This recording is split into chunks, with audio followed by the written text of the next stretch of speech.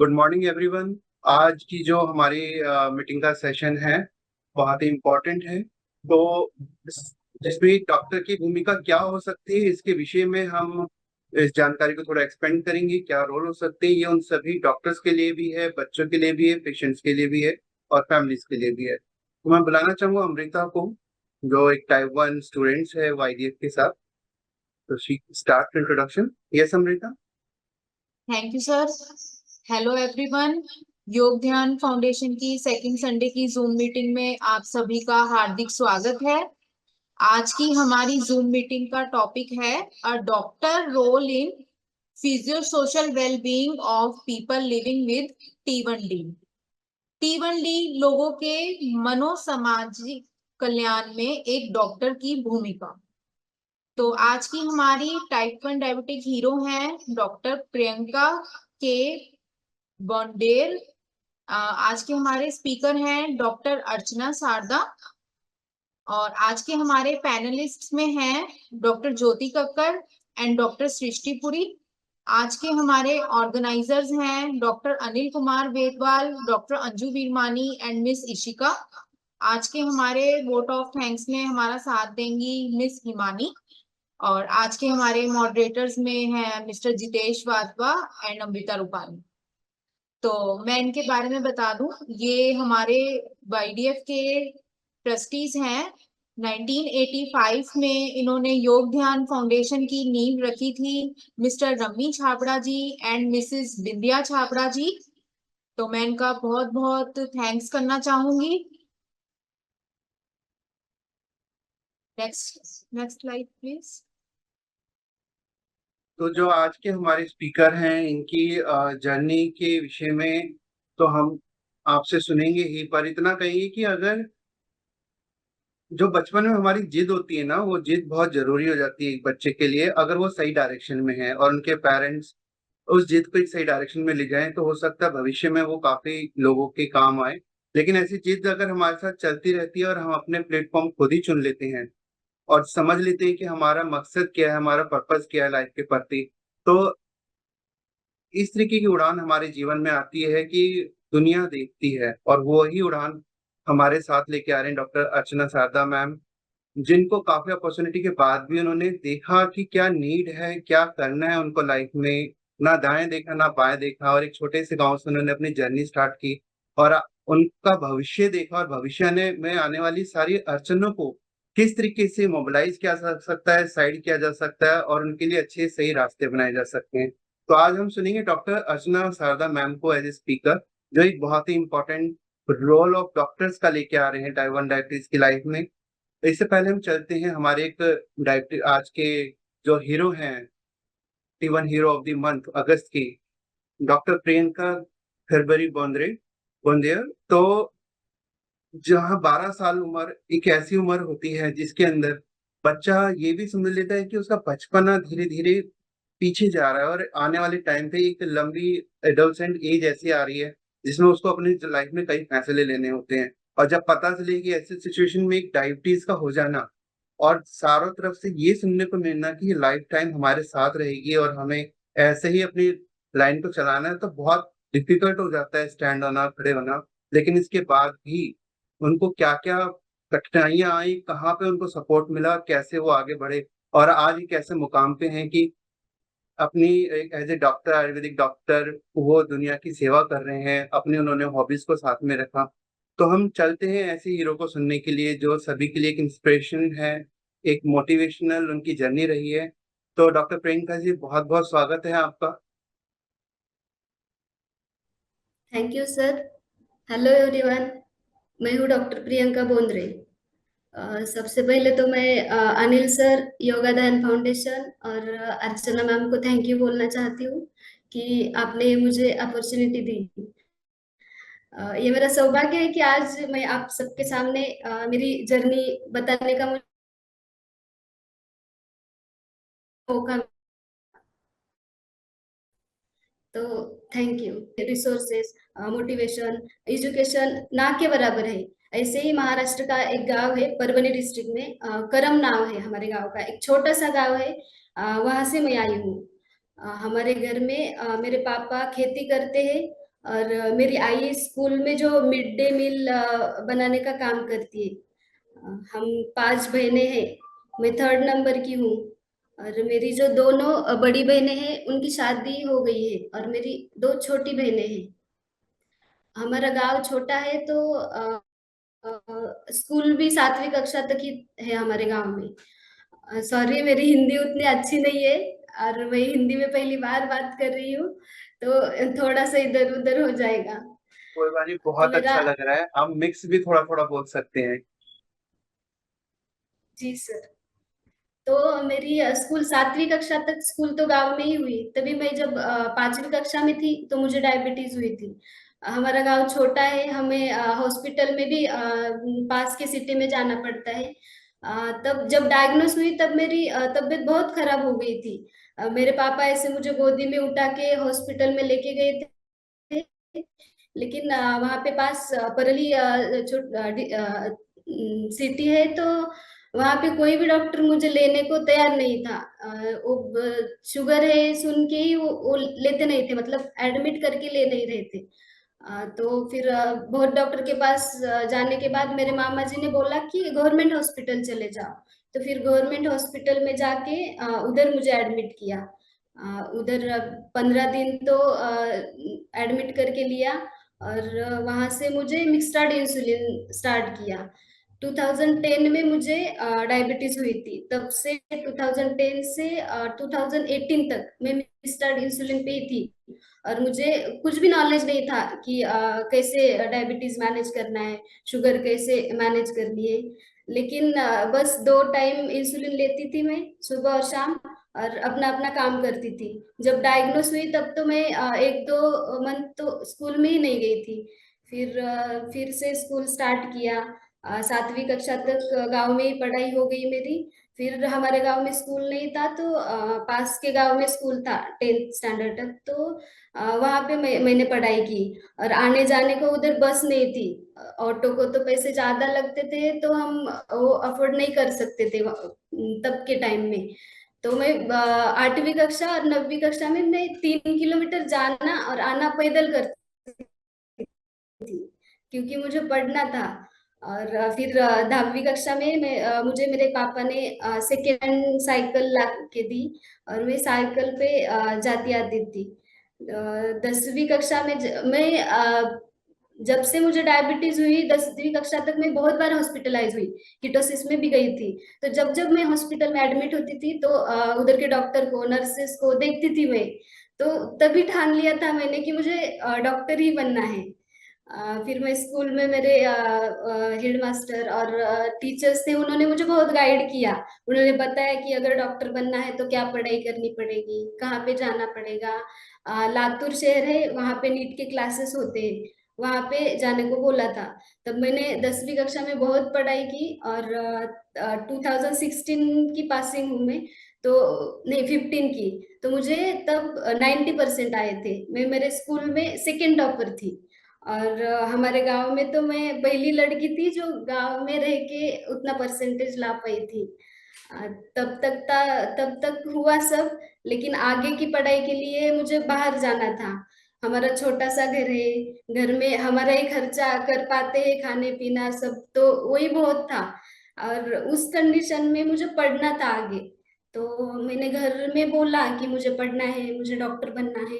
लेकिन एक तो पैसे नहीं थे, और हमारे घर से 12वीं से आगे कोई पढ़ा नहीं था। और क्योंकि मुझे डायबिटीज है, इंसुलिन खाना पीना, हॉस्टल पे रहना, ये कैसे मैनेज करेगी, इसलिए मेरे घर वाले मुझे भेजना नहीं चाहते थे, क्योंकि उधर वो अकेली मैनेज कैसे करेगी। लेकिन मुझे तो पढ़ना था। मैं 2-3 दिन रोती रह गई। मैं बोलती थी कि मैं खाना नहीं खाऊंगी अगर आप नहीं भेजेंगे थे। मैं खाना खाती थी, लेकिन सिर्फ बोलती थी कि मैं खाना नहीं खाऊंगी। फिर 2-3 दिन बाद वो मान गए, और मेरे मामा की मदद से मुझे लातूर भेजा, एडमिशन दिलाया उधर। लेकिन एक गांव से शहर जाके रहना। और फिर मेरा 10वीं कक्षा तो मराठी मीडियम मीडियम ही था, मतलब स्कूल में। तो मराठी मीडियम से एनसीईआरटी की नीट की प्रिपरेशन करना मुझे बहुत डिफिकल्ट गया। एक बार तो ऐसा भी लगा था कि मैं ये सब छोड़ छाड़ के गांव चली जाऊं, लेकिन गांव से इतना रोक के मैं उधर गई थी, तो वो वापस भी नहीं आ सकती थी मैं। मैंने उधर इंग्लिश में मुझे डिफिकल्टी आई, फिर मैंने डिक्शनरी यूज की और पढ़ते रह गई। बस करना है, जो होगा देखा जाएगा, हम अभी तो पढ़ना है, इसलिए पढ़ती रहती थी मैं। फिर नीट की एग्जाम हुई, उसमें अच्छा स्कोर आया और 2018 में मैं यहाँ पे औरंगाबाद में आई। तो मुझे गवर्नमेंट थ्रू बीएमएस कॉलेज मिला यहाँ पे। और 2018 में मैं यहाँ पे आई और मेरे टाइप 1 लाइफ में जैसे मतलब रंग ही भर गए, क्योंकि वहाँ पे कॉलेज में एक एनाटॉमी के लेक्चरर से मुझे पता चला कि यहाँ पे कोई उड़ान एनजीओ है, डॉक्टर अर्चना साडा मैम है। तो फिर मैंने एड्रेस लेके दूसरे दिन ही यहाँ पे आ गई। और यहाँ के वो दिन है, उड़ान का पहला दिन मुझे आज भी याद है। मैम से पहली बार मिली थी मैं, मैम ने ऐसे प्यारी सी झप्पी दी थी मुझे। और उड़ान का सब स्टाफ मुझे बहुत प्यार से बातें की और मेरी मेरी कहानी सुनी। पहली बार मैंने अपनी कहानी किसी को बताई, उन्होंने सुनी और मुझे बहुत अप्रिसिएशन दिया उन्होंने। तब जाके उस दिन मुझे बहुत अच्छा लगा। उस दिन यहाँ पे उड़ान में बहुत सारे टाइप 1 बच्चे भी थे, तो मैंने पहली बार मेरे जैसे बच्चे देखे थे, तो मुझे बहुत अच्छा लगा, मुझे फ्रेंड्स मिले वहां पे। फिर वहां से आगे उन 2010 से 18 तक तो मैं मिक्स्ड इंसुलिन पे ही थी। डॉक्टर बहुत चेंज किए, लेकिन हमारे यहाँ पे बहुत सारे ऐसे डॉक्टर हैं जो डायबिटीज मैनेजमेंट के बारे में उतना ज्यादा जानते नहीं है, और जानते भी है तो वो वक्त नहीं देते उतना। बस 5 मिनट डोज बताते हैं, मीठा नहीं खाना, ये दो दो तीन सेंटेंस बोलते हैं और हो गया। लेकिन यहाँ पे आके मुझे पता चला कि बेसल बोलस इंसुलिन रहते हैं। फिर मुझे उन्होंने बेसल बोलस इंसुलिन पे शिफ्ट किया। ग्लूकोमीटर दे के कैसा क्या मतलब चेक करना है शुगर, और किस पैटर्न से चेक करना है, कब कब चेक करना पड़ता है, वो सब मैंने उस दिन सीखा। उसके बाद मुझे उन्होंने 15-15 दिन के गैप से बुलाया, और फिर कार्ब काउंटिंग, इंसुलिन का डोज कैसे एडजस्ट करना है, डाइट, एक्सरसाइज, अगर कहीं घूमने गए ज्यादा एक्सर्शन हो गया तो इंसुलिन कैसे मतलब कितना डोज कम करना है, सब कैलकुलेशन वगैरह सब सिखाया। और तब से आज तक मैं वो फॉलो करती हूँ। मैं रेगुलर शुगर चेक करती हूँ, कार्ब काउंट करके डोज एडजस्ट करके ही खाना खाती हूँ। एक्सरसाइज भी करती हूँ, बीच बीच में एक्सरसाइज छूट जाती है, लेकिन आती हूँ फिर से मैं करती हूँ। और तब से आज तक 2018 में यहाँ पे आई मैं औरंगाबाद में, तब से आज तक मैं कभी भी हॉस्पिटलाइज नहीं हुई और कभी भी कीटोसिस में भी नहीं गई। और ये हुआ सिर्फ मुझे उड़ान ने जो मुझे सपोर्ट दिया, जो डायबिटीज के बारे में नॉलेज दिया, मैनेज कैसा क्या है, उसकी वजह से ये हो गया। फिर उसके बाद मैंने मेरी पढ़ाई चालू रखी, हॉस्टल पे रह के खाना, एक्सरसाइज सब मैनेज किया, और आज मैं मेरी डिग्री यूजी कंप्लीट हो गई है। अभी मैं एमडी के लिए प्रिपेयर कर रही हूँ। और मेरी छोटी बहन भी है एक, जो कि उसको भी डायबिटीज है। वो भी यहीं पे औरंगाबाद में बीएससी नर्सिंग की पढ़ाई करती है। वो भी हॉस्टल पे रहती है, अपना इंसुलिन खाना सब अपने आप मैनेज करके अच्छे से आज पढ़ाई कर रही है। बताने को तो बहुत कुछ है। यहाँ तक आने को बहुत मतलब अड़चने आई, बहुत अड़चने आई, लेकिन हर हर जगह मुझे थोड़ा सा कहीं पे तो सपोर्ट मिला, मोटिवेशन मिला, तो उस वजह से मैं यहाँ पे आ सकी यहाँ तक। फिर उड़ान में मुझे जब मुझे सबसे ज्यादा अच्छा लगता है कि यहाँ पे तो मुझे मैनेज कैसा करना है वो सीखने को मिला, लेकिन मेरे जैसे टाइप 1 बच्चे मिले, फ्रेंड्स मिले यहाँ पे, तो मैं उनके साथ बाहर भी जाती हूँ। उड़ान से भी हम ट्रेकिंग करते हैं। पिछले साल ही हम 25 किलोमीटर की ट्रेकिंग की थी, और सब बच्चे ट्रेकिंग के लिए आते हैं। हमारे लिए यहाँ पे मतलब विदाउट सीजीएम, विदाउट पंप हम ट्रेकिंग पे जाते हैं। सिर्फ ग्लूकोमीटर पे चेक करके 90 टू 180 के बीच में हम अपनी शुगर रख पाते हैं, क्योंकि हमने यहाँ पे ऐसी छोटी छोटी सब चीजें सीखी है कि अपने शुगर को टाइम इन रेंज कैसे रखना है, इसलिए हम कर पाते हैं। और मुझे मतलब मैं यहाँ पे यहाँ तक आई, तो मुझे कहीं पे तो कहीं पे ऐसे सपोर्ट मिलते गया। तो मेरी ये विषय है कि मेरे जैसे जितने भी बच्चे हैं उनको कहीं तो थोड़ा सा रिसोर्सेस मोटिवेशन मिले तो वो भी यहाँ तक आ सकते हैं अपने लाइफ में, अपने अपने हिसाब से कुछ कर सकते हैं और टाइप 1 के साथ अच्छी लाइफ जी सकते हैं। तो मेरी तो यही विश है कि हर एक वो बच्चा टाइप 1 के साथ अच्छी लाइफ जिए उसकी। और मैं आज आप एक डॉक्टर हैं। तो आपने अर्चने देखी और अब आपने अर्चना देखा, तो अर्चनों से आपने अर्चना को हाँ साबित किया कि कैसे आप कर सकते हैं, तो सब जी मैम। मुश्किल जिता सकते हैं। हाँ मैम, मुझे एक बात बतानी है। मेरे स्कूल में ही अभी 2-3 साल पहले मुझे पता चला कि मेरे स्कूल में एक लड़की थी जो 1-2 साल छोटी थी मेरे से, उसको भी डायबिटीज थी और उसका गांव भी हमारे पास में ही था। लेकिन वो उसके घर वाले ना उसको इंसुलिन देने से मना करते थे कि क्यों लेना है इंसुलिन, कुछ नहीं वो स्किन पे छेद हो जाते हैं इंसुलिन लेने से, तो मना करते थे। मैंने बहुत समझाया, मेरे आई ने भी समझाया, क्योंकि हाँ मेरे आई ने मुझे और पल्लवी को, मेरी छोटी बहन को देखा है कि हम 3-4 बार इंसुलिन लेके खाना वगैरह अच्छा सा खा के आज हेल्दी है। तो उन्होंने भी समझाया कि लेना पड़ता है, उनको उतना मालूम नहीं है लेकिन उन्होंने समझाया। लेकिन वो जो लड़की थी उनके घर वालों ने नहीं मानी। मैं मुझसे एक बार वो मिली थी तो बोलती थी कि मुझे ज्यादा शुगर नहीं है, मैं एक बार ही लेती हूँ। मैंने भी समझाया लेकिन वो नहीं मानी। और पिछले साल की बात है, मेरे आई ने बताया कि वो लड़की अब नहीं रही। तो मुझे बहुत बुरा लगा था कि मेरे ही पास के गांव की एक लड़की थी और कहीं तो ऐसा हुआ कि उसको रिसोर्सेस नहीं मिले और मतलब नॉलेज नहीं था कि डायबिटीज एक आम बात है, सिर्फ इंसुलिन वगैरह लेना पड़ता है, सब करके अपनी लाइफ अच्छे से जी सकते हैं, वो नॉलेज नहीं था वहां पे। तो मुझे आज जो कुछ भी बच्चे अगर होंगे सुन रहे होंगे तो मुझे उनसे सिर्फ ये बात करनी है कि हमें डायबिटीज है, इट्स ओके, हम डायबिटीज के साथ सब कर सकते हैं। आप सिर्फ अच्छे से मैनेज करो, इंसुलिन खाना डाइट सब सीखो, अपना अपने आप का करो। और डायबिटीज का बहाना कभी भी मत बनाना कि हम ये नहीं कर सकते क्योंकि मुझे डायबिटीज है, वो नहीं कर सकते। मेरे बारे में अगर मैं बताऊं तो मुझे तो डायबिटीज एक वरदान जैसे ही है, क्योंकि अगर मुझे डायबिटीज नहीं होती तो आज मैं डॉक्टर नहीं होती। मेरी भी शादी हुई होती 12वीं के बाद और मेरे हाथ में भी आज 1-2 बच्चे होते। लेकिन डायबिटीज होने की वजह से मुझे पढ़ने का मौका मिला, यहाँ पे आने का मौका मिला, सिटी में रहने का मौका मिला और सब वो चीजें की मैंने जो मैं गांव में रह के नहीं कर पाती थी। मैं ट्रेकिंग करती हूँ, बाहर जाके खाना खाना सब सब करती हूँ यहाँ पे। तो मुझे अच्छा लगता है कि मुझे डायबिटीज है इसलिए मैं यहाँ पे हूँ।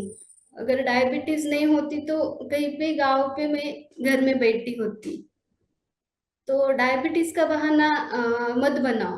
मतलब मुझे बच्चों को अगर सुन रहे होंगे मुझे तो उनको बताना है। तो और डॉक्टर प्रियंका,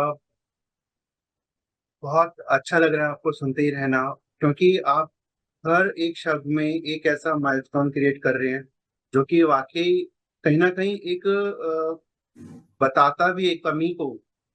एक कमी वही नहीं है कि जो बच्चे की तरफ से या फैमिली की तरफ से भी आ सकती है। बेशक हमारा टॉपिक डॉक्टर से जुड़ा हुआ है, लेकिन आज भी कई डॉक्टर्स हैं जो अपने बच्चे को समझाने में, फैमिली को समझाने में ये नहीं देखते कि टाइम उनका कितना जा रहा है। जस्ट एक फॉर्मेलिटी नहीं होती। और उन्हीं डॉक्टर की इंस्पिरेशन से ही डायबिटीज कम्युनिटी आज थोड़ी सी स्ट्रेंथ है और हेल्दी है। और हम चाहेंगे कि आज की आपकी बात सुन करके उन डॉक्टर तक मैसेज पहुंचे कि बच्चे को तो टाइप 1 डायबिटीज हो गया है, वो तो लड़ रहा है दिन रात, वो देख भी रहा है फ्यूचर और कैसे चल सकता है। पर जो डायबिटीज मेंटली टाइप 1 फैमिली में हो चुका है, उसको निकालना बहुत डिफिकल्ट हो सकता है, क्योंकि उनके डिसीजन वो बच्चों पे थोपे जाते हैं, जो आके आपकी सहेली के साथ हुआ। हम चाहेंगे कि नेक्स्ट टाइम पे कहीं भी वो जन्म ले, एक अच्छी लाइफ लीड करे और अच्छा माहौल मिले जैसे आपको मिला है। और ये जो आपने कहा कि अगर आप डायबिटीज नहीं होते और तो आप डॉक्टर नहीं होते, आप तब भी डॉक्टर ही होते। ये भी याद रखिए। आप टाइप 1 हैं क्योंकि बहाव में बहने का मजा सिर्फ उसी को आ सकता है जो बहाव के अगेंस्ट तैरना सीख जाए।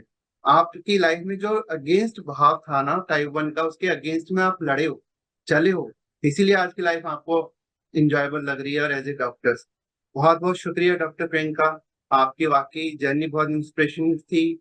और उन सभी बच्चों के लिए ऊपर क्वेश्चन मार्क है जिनको टाइप 1 तो है पर आज सारी फैसिलिटी है, उसके बाद भी ना वो अपनी सेहत पे ध्यान दे पा रहे हैं ना ही अपने फ्यूचर पे। इवन पेरेंट्स समझदार होने के बाद भी वो उनके ऊपर बर्डन बनते हैं। तो हम चाहेंगे कि वो आपको सुने और आपसे कुछ सीखें और अपनी लाइफ में कुछ चेंजेस करें। बहुत बहुत शुक्रिया doctor Priyanka, thank you. Thank you sir. आज एक 2 मिनट है सर। बिल्कुल बिल्कुल, प्लीज बताइए। सर आज मैं यहाँ तक आई डायबिटीज के साथ में डॉक्टर बनी, तो उसका ज्यादा श्रेय मुझे मेरे आई पापा को देना है, क्योंकि उन्होंने मुझे सब कुछ दिया। और मेरे मामा जी है जिन्होंने मुझे हर वक्त मतलब हर लाइफ के स्टेज में डिसीजन लेने के लिए मदद की उन्होंने।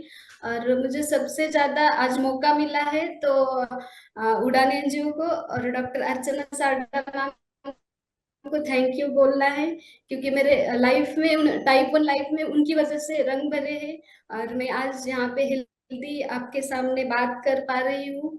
और यहाँ पे मुझे बात करने का मौका मिला, इसलिए मैं योगाधान फाउंडेशन, अनिल सर और सबने मेरी बात सुनी, इसलिए सबको मैं थैंक यू बोलना चाहती हूँ।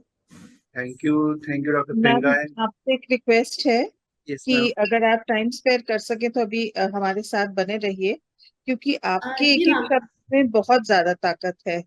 जब हम बाहर से बोलते हैं तो एक चीज होती है, और जब आप अंदर से बोलती हैं तो बहुत फर्क पड़ जाता है। तो जहां पे भी आपको पैनलिस्ट तो आप हैं ही, अगर आज पैनल में आप जिस भी स्टेज पे बोलना चाहें प्लीज बोलिए, कि कैसे हम बच्चों के हाथ में शक्ति दे सकते हैं, उनके आई और बाबा के हाथ में शक्ति दे सकते हैं, ताकि वो बच्चों को सपोर्ट करें और बच्चों को मरना ना पड़े लापरवाही के कारण। जी मैम। जी धन्यवाद मैम। यस मैम, डॉक्टर अर्चना मैम ने आज डॉक्टर प्रियंका जैसे बच्चों को आमने सामने बिठा करके ये मतलब मौका दिए है कि हम एक ही हैं और हमें क्या चाहिए हमें समझो। तो मैं उनका बहुत बहुत शुक्रिया अदा करता हूँ और आपके पेरेंट्स की बहुत बहुत तारीफ करता हूँ। और ऐसे ही पेरेंट्स से बाकी के पेरेंट्स समझे और अपने बच्चे पे थोड़ा ध्यान दें। Thank you so much.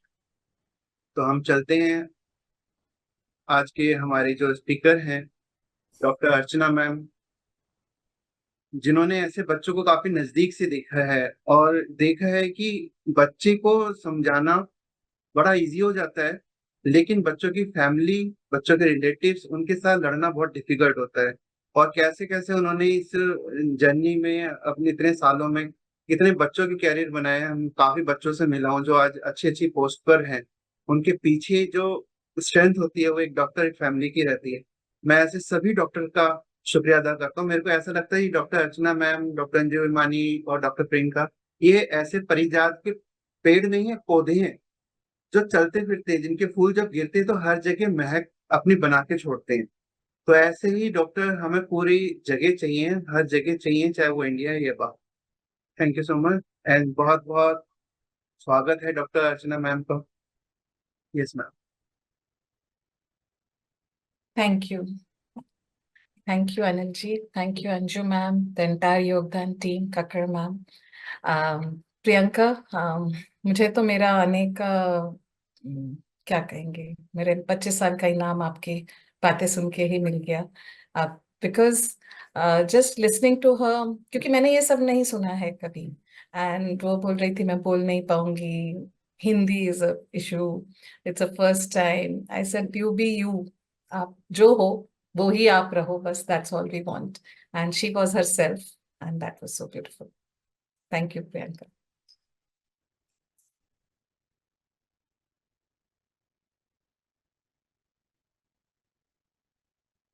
आप म्यूट है Anil ji.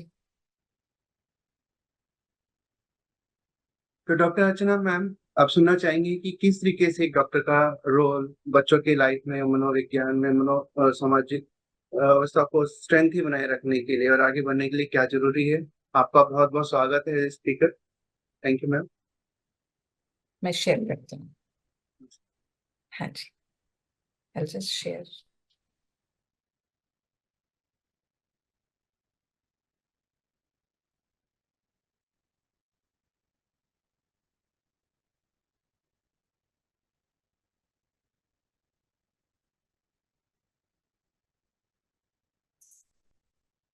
Is it visible? Yes ma'am. Okay, so आप सबको बहुत बहुत मेरा नमस्कार। हम मुझे अनिल जी ने कहा कि doctors role in psycho social wellbeing in people living with type 1 diabetes, ऐसे हम बात करें। ये लेक्चर तो नहीं है, ये भी जैसे प्रियंका ने अपनी जर्नी शेयर की, हम छोटी छोटी चीजें जो करने की कोशिश करते हैं उड़ान में। पिछले 25 साल से उड़ान है, और एक बच्चे से शुरू करके आज हमारे पास 1200 बच्चे हैं जो फुली कनेक्टेड हैं। 25 ईयर्स की एज तक हम उनको 100% पूरा कॉम्प्रिहेंसिव सपोर्ट देते हैं। आफ्टर 25 ईयर्स हम उनको एज अ फ्रेंड फिर भी सपोर्ट देते हैं, एजुकेशन का एंड कंसल्टेशन का फिर भी सपोर्ट देते हैं। लेकिन इस पूरी जर्नी में ऐसा नहीं हुआ कि ये सब ज्ञान था या हो गया। बहुत प्रॉब्लम्स थे, और हर प्रॉब्लम को सिर्फ ये सोचा कि सोल्यूशन ढूंढेंगे, और ढूंढने की कोशिश में कुछ ना कुछ सोल्यूशन ढूंढते रहे। बहुत बार गिरे, बहुत बार गलत हुए, बहुत डांटे खाई, वापस सुधरे, वापस ट्रैक पे आए। ऐसे करते करते ये जर्नी आगे आई, और हम कुछ एसओपीज, एक स्टैंडर्ड ऑपरेटिंग प्रोसीजर्स बना पाए। क्योंकि जो चीज काम करती गई वो चीज को हम अपनाते गए, जो नहीं काम करती थी वो हमारे ही आइडियाज को हम रिजेक्ट करते गए। तो हम हमेशा ओपन रहे कि हम गलत कहाँ हैं और हम सुधर कैसे सकते हैं। ये हमारा हमेशा एटीट्यूड रहा है। वो मैं आपसे शेयर करना चाहती हूँ, क्योंकि इन आवर क्लिनिक हम हर हफ्ते एक मीटिंग लेते हैं। पूरे हफ्ते में क्या हुआ, कौन सा बच्चा आया, किसको डांटने से प्रॉब्लम हुई, किसको प्यार से फायदा हुआ, किस चीज से बदलाव आया, वो हम लिखते हैं, लॉक करते हैं। फिर 10 हमारे को ऐसे बच्चे केसेस समझ में आ जाते हैं कि ऐसी सिचुएशन में शायद ये सोल्यूशन हमेशा काम नहीं करता, पर मोस्ट ऑफ द टाइम फिर वो काम करने लगता है। तो ये मंथन, अपनी गलती ढूंढना, बार बार उसको सुधारने की कोशिश करना, बहुत बार हारे हैं, रोए हैं, वापस शुरू किया है। तो इस सोच से मैं ये इसलिए शेयर कर रही हूँ कि जो भी करते हैं, कई बार मुझे फोन आते हैं कि लोग सुनते ही नहीं, बच्चे करते ही नहीं, ये होता ही नहीं। हमारे पास भी ऐसा ही है, कहीं 100% कुछ भी नहीं होता है, but we have to keep trying and we have to keep finding simple solutions. And if we are open to the thought कि हम गलत हो सकते हैं, तो हमें सॉल्यूशन मिल जाते हैं। कहीं ना कहीं ये सबसे बड़ी स्ट्रेंथ मुझे लगती है जो हमें फायदा करी। हम कहीं भी जाके बोल देते हैं कि भैया हमें, अंजू मैम को मैं कितनी बार बोलती हूँ मैडम मुझसे ये नहीं हो रहा, and I will take her advice कि क्या करें इस चीज में। सो ये चीज हमारे लिए बहुत जरूरी है। हमारा गोल, एंड आई थिंक हम सबका गोल, बहुत सारे गोल्स हैं मेडिकली, लेकिन as a psycho social wellbeing अगर हम गोल देखें तो हमारा healthy and happy child and ultimately healthy and happy adult, जैसे हमने प्रियंका को देखा। मैं वापस इस स्लाइड पे जा रही हूँ। ये स्वनंदी है, हर फोटो जो यहाँ पर है उड़ान के बच्चे की है। और उड़ान के बच्चे जिन्होंने डेफिनेटली परमिशन दी है कि उनके फोटोज यहाँ पर हैं, तो विद परमिशन हम शेयर कर रहे हैं। She is a classical dancer today, and she was just 4 or 5 years old when she came with type 1 diabetes. लेकिन उसका वो सपना था, और वो सपना टाइप 1 डायबिटीज के साथ आज वो 12th में है, 12th बोर्ड के एग्जाम दे रही है। ये उसकी चाइल्डहुड की फोटो है। दिस गर्ल, मैं साइको सोशल की बात कर रहे हैं इसलिए मैं इस बिटिया की बात करना चाहती हूँ। बहुत अच्छा, उसके माँ बाप छोटे से गांव में रहते हैं, और बहुत अच्छे से शुगर चेक कर रहे थे, फोन करते थे, डोज देना सीख रहे थे, बट सोशल एक्सेप्टेंस नहीं था। और सोशली स्कूल में थोड़ा सा उसका मजाक उड़ाया जाता था, या घर में आसपास ऐसे एक्सेप्टेंस नहीं था। लेकिन एक 15 अगस्त को, क्योंकि वहां पर हमने रनिंग रेस रखी और उसमें ये जीती, और उसको इनाम में ये साइकिल और छतरी मिली। तो इसने जब स्कूल में जाके, उस छोटे से गांव के स्कूल में, वो साइकिल और छतरी दिखाई और वो मेडल दिखाया और सर्टिफिकेट दिखाया कि मैं जीती हूँ, सडनली पूरा माहौल बदल गया। स्कूल में प्रिंसिपल ने बुला के उसका सत्कार किया। फिर वहाँ के जो लोकल लीडर थे, सरपंच, वो भी आए। घर में सडनली अंकल आंटियों में उसकी वैल्यू होने लग गई, जो बोल रहे थे कि ये तो बच्ची है, छोटी सी लड़की है, शुगर है, इसका क्या होगा। सो मेडिकली पेरेंट्स बहुत अच्छा केयर ले रहे थे, पर साइको सोशली बहुत डिस्टर्ब थे। पर तब से और अब में इसने खुद हमारे को अपनी फोटो भेजी फिर ये, एंड उसकी साइको सोशल एक्सेप्टेंस तब आई जब वो उसने कुछ करके दिखाया और वो शेयर हो पाया। सो ऐसे भी बहुत सारे छोटी छोटी बातें, हमें लगता है एक रेस। आप सोचिए, जहां इंसुलिन का खर्चा, स्ट्रिप्स का खर्चा करने के लिए हम फंड रेस करते हैं, फिर मुझे बहुत बार क्रिटिसिज्म मिला कि आप रेस करवा रहे हो, रेस में गिफ्ट दे रहे हो, साइकिल पे फंड्स खर्च कर रहे हो। पर see how it change the life. So हम पहले सोचते थे कि नहीं, पहले हम इंसुलिन लेंगे, स्ट्रिप्स लेंगे, ऑब्वियसली वो तो बेसिक है। लेकिन फिर हमने बजट इसके लिए भी निकालना शुरू किया कि एक्टिविटी करना, उनको एम्पावर करना, and that made a big difference. तो हम वहां पर आएंगे।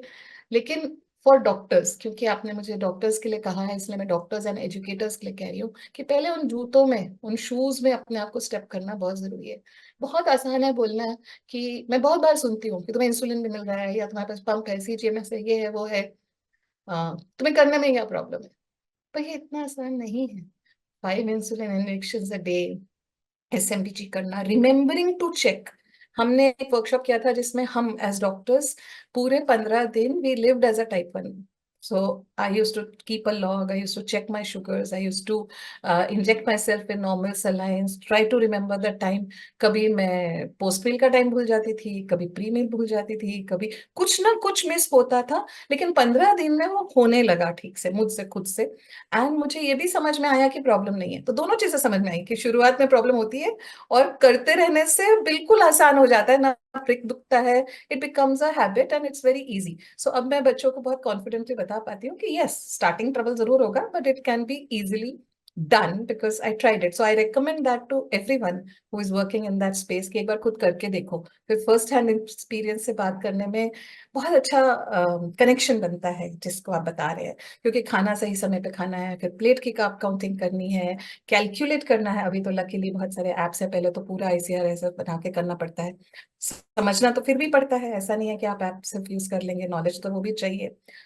सबसे बड़ी कंप्लेंट बच्चे मुझे करते हैं कि मैम स्पॉन्टेनिटी नहीं है, हर चीज को प्लान करना पड़ता है। So I understand, but they can still do everything. So उनको वो भी अब फ्रीडम आ गया है जब से बेसल बोनस पे है, मॉनिटरिंग है, जब से कार्ब काउंटिंग आई है, उनको एक्सरसाइज का फिजियोलॉजी समझ में आ रहा है, तो वो फ्रीडम उनको डिसिप्लिन से ही मिला है। सो अब फ्रीडम आने लगा है। अगेन, हर वक्त केयर किट साथ में होना चाहिए, हर समय दे आर कॉन्शियस की सप्लाईज रहनी चाहिए। लोगों के क्वेश्चंस का जवाब देते देते, सोशल स्टिग्मा आंसर करते करते, फिर कभी ना कभी तो सिक डे होता है, कभी हाइपो होता है, कितना भी आप अच्छा केयर करो, कुछ ना कुछ प्रॉब्लम है। सो जस्ट इमेजिन ये 24/7 जॉब है, उसके साथ साथ आपको वो सब करना है जो एज अ चाइल्ड आप करते हैं। तो मुश्किल नहीं है, पर हम ऐसा भी नहीं कह सकते कि तुम बिना बात के फंस कर। डेफिनेटली बात तो है, और बात है, और वो एक उस उम्र के बच्चे के लिए ये सोच के, क्योंकि पहला क्वेश्चन हर पेरेंट और बच्चा बोलता है कब तक करना पड़ेगा, and when it is life long. क्योंकि इस चीज में तो हम गोल गोल बात नहीं कर सकते। इस चीज में हम कभी भी ऐसे झूठ, सफेद झूठ भी नहीं बोल सकते। ये तो 100% सच, कितना भी हार्ड हिटिंग हो, ये तो बोलना ही है कि it is has to be there, it has to be there till a cure comes. पर तब तक 100% this is going to be there, that hope we give. But you can not stop insulin, ऐसे ही चलेगा, all that. लेकिन जब हम ये फील करते हैं, तब हम आगे की बातें सोच सकेंगे। एक और चीज में थोड़ी सी भूमिका बांध रही हूँ, and then I will just share छोटी छोटी चीजें जो वी फील एक क्लिनिक में हेल्प कर सकती है। हम सोचते हैं कि हमारे बच्चों का दिमाग ऐसा होना चाहिए, स्पेशली टीनेजर्स, छोटे बच्चे तो बहुत उनके शॉर्ट टर्म गोल्स होते हैं। जैसे जैसे बच्चे बड़े होने लगते हैं, उनके गोल्स देखने की क्षमता बढ़ जाती है। हम सोचते हैं कि बच्चे के दिमाग में कार्ब काउंटिंग, प्रिस्क्रिप्शन, हर चीज सोचे, वो शुगर चेक करना, हाइपो मैनेजमेंट, तो ब्रेन ऐसा दिखता होगा कि HbA1c, this is very cartoon way of thinking. But एक टीनेजर का दिमाग तो इज थिंकिंग अबाउट रिलेशनशिप, वो तो प्यार के बारे में सोच रहा है, वो तो सेल्फ इमेज के बारे में सोच रहा है, रिबेलियन के बारे में सोच रहा है, अपने ईगो के बारे में सोच रहा है। टीवी के लिए टाइम है उस ब्रेन के थॉट प्रोसेस में। सो how to be cool, how to be on the Insta. That brain is occupied by so many things. Mummy papa से रिबेल करना तो जैसे उनका सेकंड नेचर ही है उनको। And this is without diabetes also, this is not about diabetes. ये any teenager, वो एक एज ही ऐसी होती है कि ये सब है। और एक छोटा सा सेक्शन होता है जो कहीं तो मजबूरी में डायबिटीज के साथ जुड़ा रहता है। तो जब तक हम ये ना समझें कि इस तरह से ये वायर्ड है, तब हमारा जो सब कहना है उसको इसको इंक्लूड करके, एक्सेप्ट करके, एड्रेस करके सॉल्यूशन देना पड़ेगा। अगर हम इससे लड़ेंगे तो टिपिकल टीनेजर और माँ बाप के जैसे झगड़े होते हैं वैसे ही वो डॉक्टर के साथ झूठ बोलना, छुपाना, अवॉइड करना डॉक्टर के पास आना। सो वी कांट से कि नहीं तुम मोबाइल क्यों देखती हो। I mean I personally don't like screen time in young people. मेरे खुद के बायोलॉजिकल बच्चों को मैंने 12वीं तक फोन नहीं दिया था, पर मैं ये जबरदस्ती उड़ान के बच्चों पे नहीं कर पाती हूँ। सो दैट इज अभी आज कोई एक्सेप्ट भी नहीं करेगा। So we have to understand what is going on in their heads.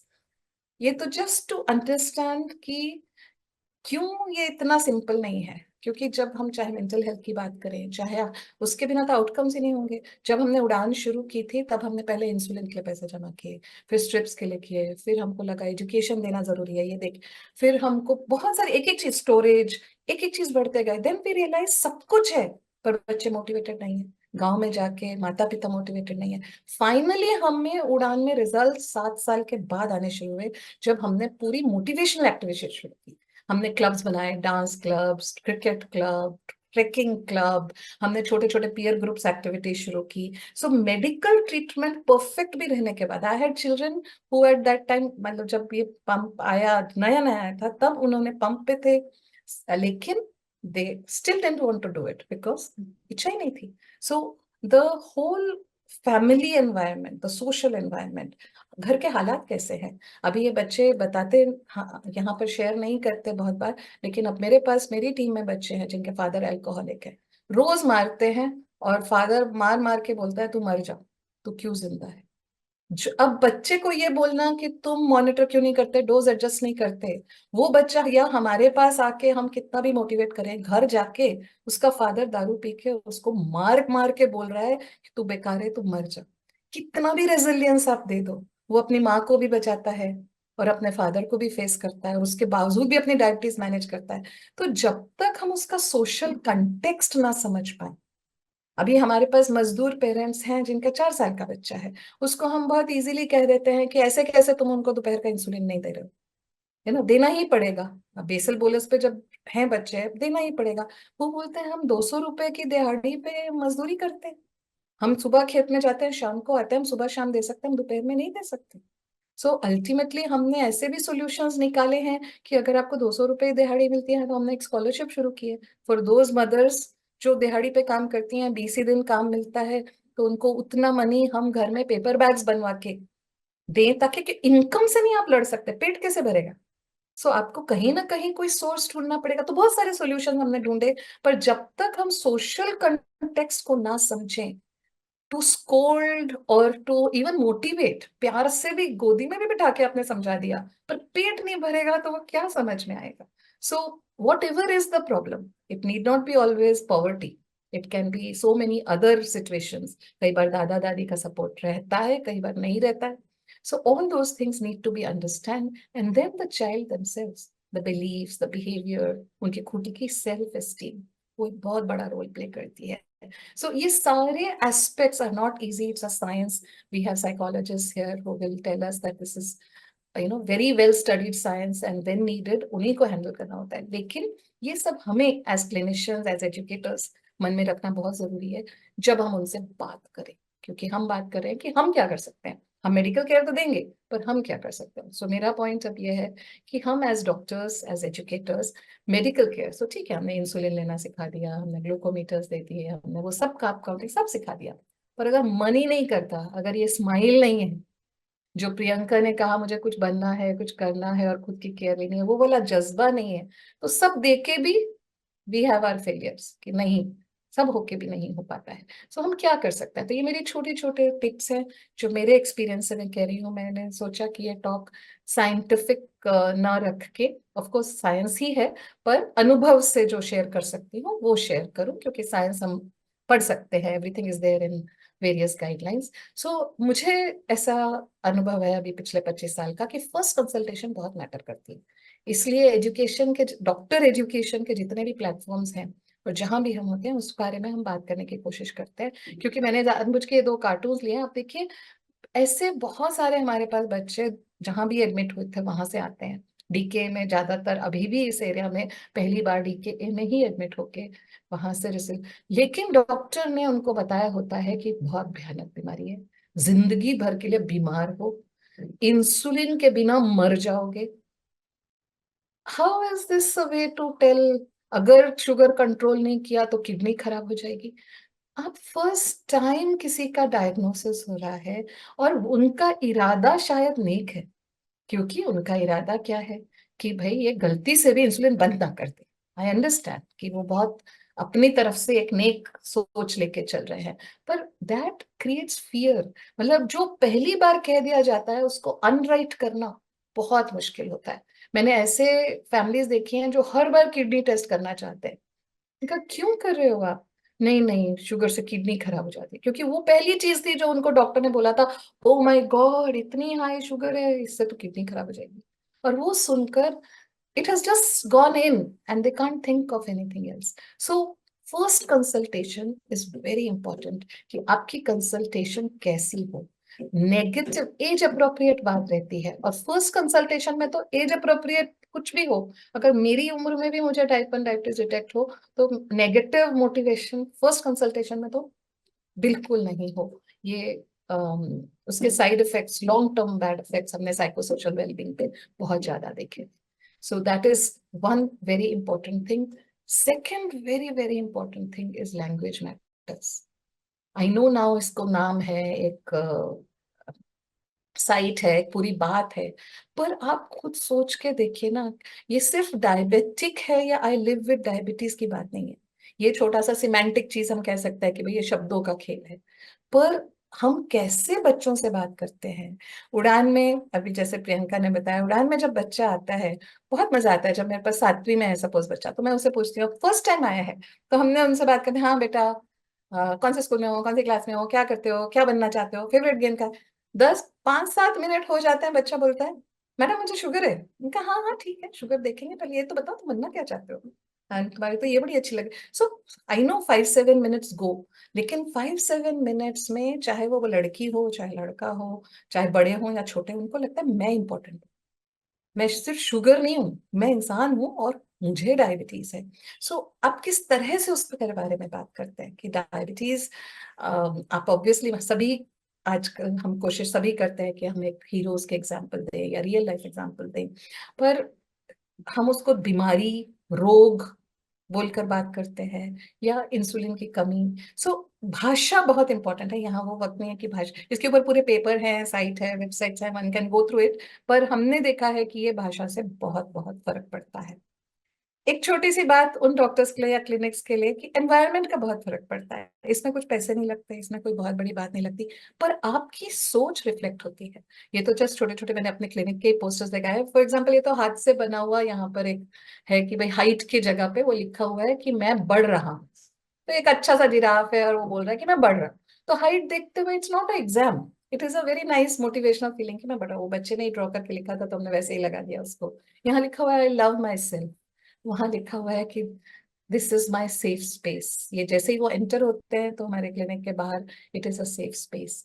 और ये जूते जहां उतारते हैं वहां लिखा हुआ है कि कोई भेदभाव के बिना आप अंदर आई, है ना। सो अगर छोटा सा भी क्लिनिक हो, अगर आपकी विचारधारा एक्सेप्टिंग है, इंक्लूसिव है, आपके आसपास का एनवायरनमेंट जो आपकी विचारधारा वो कहीं रिफ्लेक्ट हो, क्योंकि बच्चा वेटिंग में बैठता है, उसको जो सिंबलिज्म दिखता है, बच्चे विजुअल लर्नर्स होते हैं, आप क्या बोल रहे हो से ज्यादा उनको क्या दिख रहा है वो बहुत ज्यादा इम्पैक्ट करता है। तो हमारे पास अभी बहुत सारी चीजें हैं जो हमने क्लिनिक में की है, जस्ट छोटे छोटे एग्जाम्पल्स मैंने यहाँ पर फोटोग्राफ्स में लिए हैं कि ऐसा भी एक एनवायरनमेंट क्रिएट करने से मोटिवेशन डेफिनेटली मिलता है, अननोइंगली मिलता है। And a very important aspect, I know इनकी साइंस कैसे आती है, आई डोंट नो पेपर्स है इन पे या नहीं, पर उड़ान का USP is touch, is a hug. जब just a hand on the shoulder, जब डांटना भी हो ना बुरी तरह से, तो सबसे पहले वो बच्चे के दोनों हाथ हाथ में लेके, कंधे पे ऐसे हाथ रख के, फिर डांट, और आखिरी में शुरुआत किसी अच्छी बात से, बीच में डांट, और आखिरी में फिर से एक जप्पी में कुछ अच्छी बात। सो मराठी में कहते हैं शेवट गोड, so and has to be always very positive, the last has to be very positive. We cannot just be very mechanical, 1 2 3 4 5 6 ये गलत बातें हैं, इनको सुधार लो या ऐसे कर लो। So touch we find has made a big difference. आपको जान के इट वाज वेरी इंटरेस्टिंग कि जब कोविड हुआ, सो हम ये बाद में जैसे गांव गांव जाते थे और फिर वहां पर परमिशन लेके जाते थे, कोविड के एंड की है ये photograph. So smiling and hugging, literally बच्चों ने मैसेजेस यही दिए कि हमें इंसुलिन तो मिल जाएगा, हमें जपियां चाहिए, हमें उड़ान की जपियां चाहिए। तो तब बहुत ज्यादा रियलाइज हुआ कि every child, every young person, even the older ones now, they want hugs, and अभी हमारी टीम भी ऐसे, आई नो तब तो अलाउड नहीं था तो बहुत तकलीफ हुई, but it gives a great bonding. I think I was very happy जब प्रियंका ने खुद कहा कि मुझे मिले मैम ने जप्पी दी, राइट। सो कहीं तो ये एक्सेप्टेंस कि आई, दैट लव एंड एक्सेप्टेंस बहुत बड़ा मोटिवेटिंग फैक्टर है साइको सोशल वेलबींग का, क्योंकि बहुत सारे लोग ब्रोकन होम से आते हैं, बहुत सारे लोग सिंगल फैमिली से आते हैं, बहुत सारे लोगों को घर में अप्रिसिएशन नहीं मिलता। पेरेंट्स यहाँ हमारे सामने बच्चे को बहुत अच्छा ख्याल रखते हैं, दिखाते हैं, बाहर निकलते ही एक सिर पे थप्पड़ लगा देते हैं, घर जाके कुछ बोलते हैं। बहुत आसान नहीं है, मतलब जो दिखता है हमेशा वैसा नहीं होता। तो मुझे ऐसा लगता है हम कारण ना बने, and a smile and a hug can go a long way in making that difference. This, I feel, is the most important part if we want to make a change. And that is, सच में हम non judgemental है क्या? सच में अगर आज मुझे बच्चे अगर बताते हैं कि अगर उनका बॉयफ्रेंड है या कुछ भी, मतलब सो मेनी थिंग्स, मतलब एक लंबी लिस्ट है, एक्सपेरिमेंट बच्चे करते हैं, हम जैसे बड़े हो रहे हैं, अल्कोहल के साथ कोई एक्सपेरिमेंट कर रहा है, टोबैको के साथ एक्सपेरिमेंट कर रहा है, रिलेशनशिप्स में, एनीथिंग, या लोग फेक डायरीज लिखने लगते हैं। कब लिखते हैं? जब उनको पता है मम्मी डांटेंगी या पापा डांटेंगे या एजुकेटर डांटेगा या डॉक्टर डांटेगा। सो फेक लिखने का पर्पज ही यह है कि कोई हमें कुछ कहे ना। They are checking but they are writing fake, और दे आर मैनिपुलेट, मतलब कुछ और करके एक ही दिन में 10 बार। ऑफ कोर्स आलस इज वन पर, लेकिन डांट खाना या जजमेंट जो है वो एक बहुत बड़ा कारण है कि हमको सच नहीं पता चलता बच्चों का। So can we be truly non judgement when, what do you do when you see a 400 sugar, do we say अरे 400? सो अगर हम हर दिन हर रीडिंग को उनके लिए एग्जाम ना बना दे, so everything is a challenge, मुझे 400 है, अगली बार नहीं आनी चाहिए, और अब इसको कैसे कम करूं? तो ये क्वेश्चन मार्क है, इस पे मुझे चर्चा करनी है, ये एक बहुत अच्छी साइंटिफिक डिस्कशन है, क्यों बढ़ी, कैसे कम करूं, और अगली बार ना बढ़े।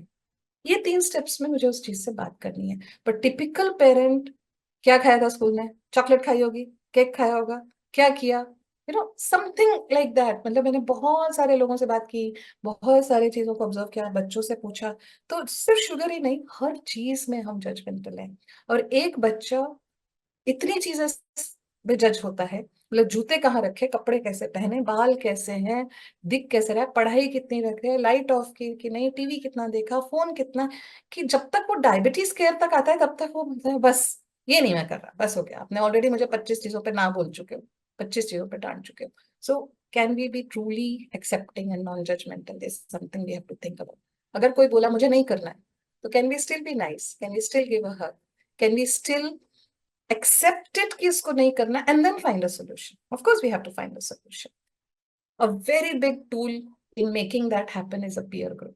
तो जैसे ये प्लेटफॉर्म है and I see people living with diabetes here, that makes such a big difference. जैसे प्रियंका ने कहा, आते ही जब अपने जैसे फ्रेंड्स दिखते हैं, सो हर पर्सन जो टाइप 1 डायबिटीज स्पेस में काम कर रहा है, मैं उन्हें रिक्वेस्ट करूंगी कि पीयर ग्रुप आपका हिस्सा होना ही चाहिए।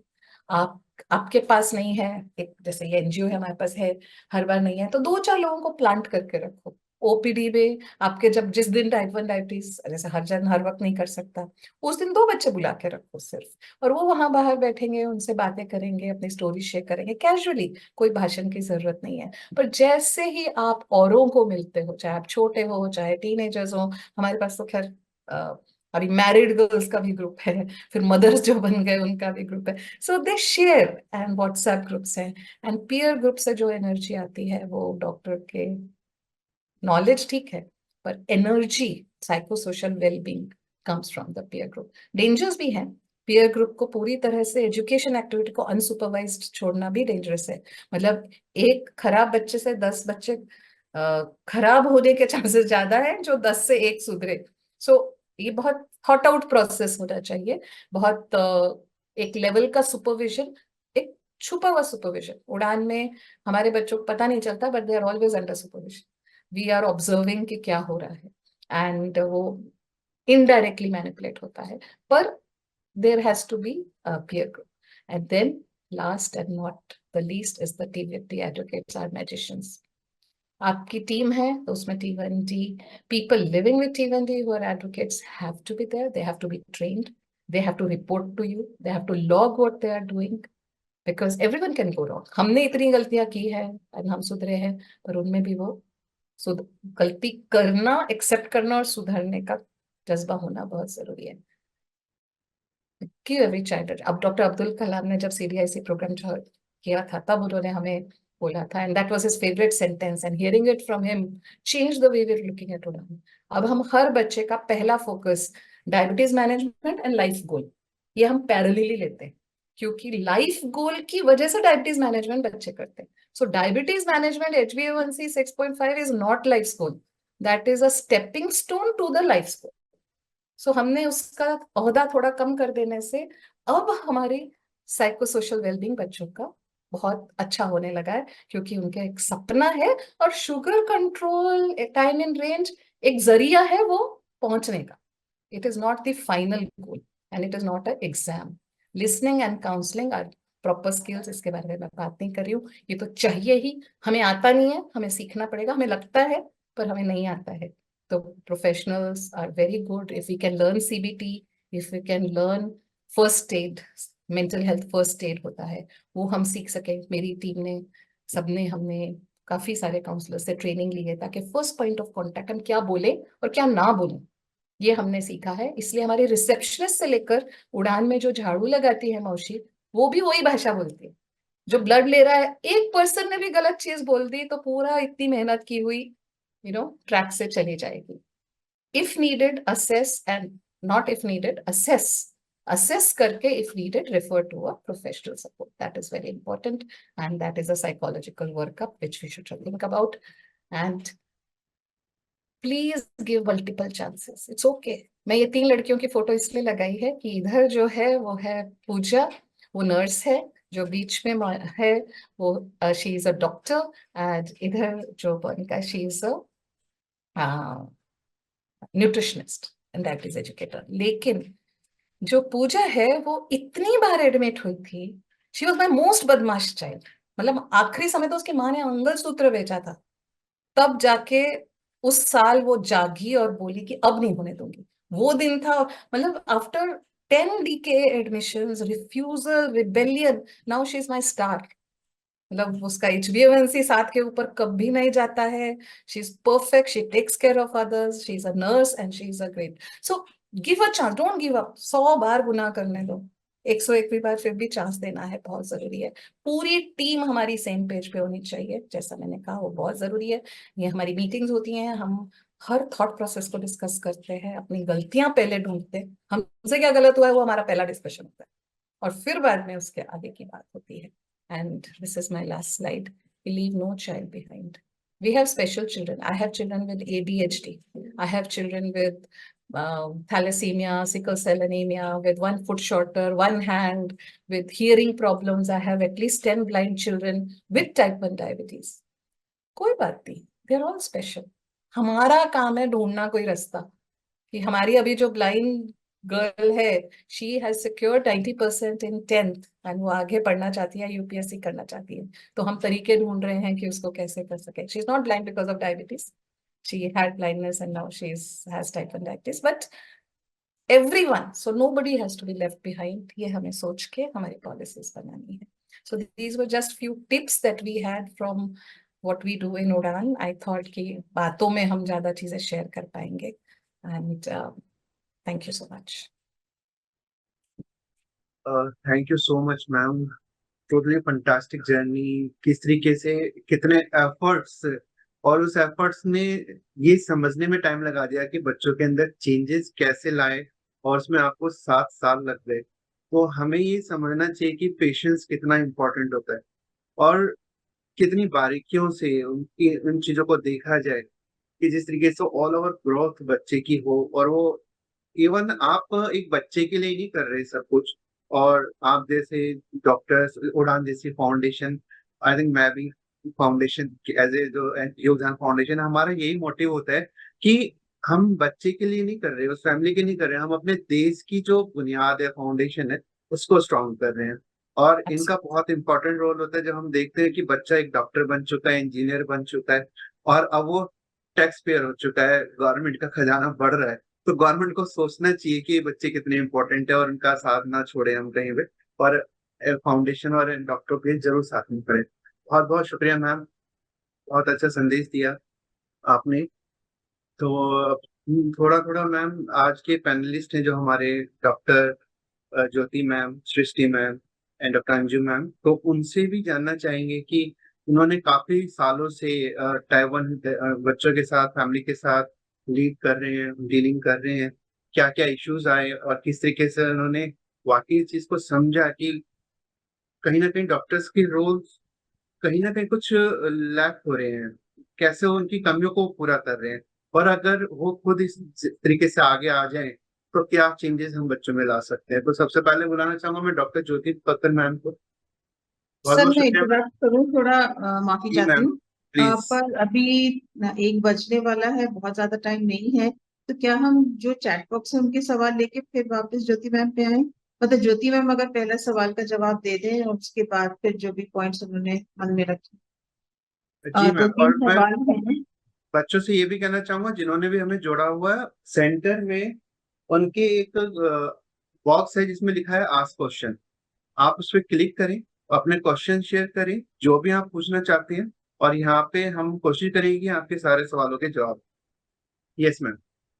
तो ज्योति मैम, ये जो पहला क्वेश्चन है, अगर आप if you could just pick it up ma'am. Hmm. मैं एक ही लाइन कहूंगी कि मैं स्पीचलेस हूँ। Doctor Priyanka, doctor Archana will come back to your content. मतलब आज दिल भर गया।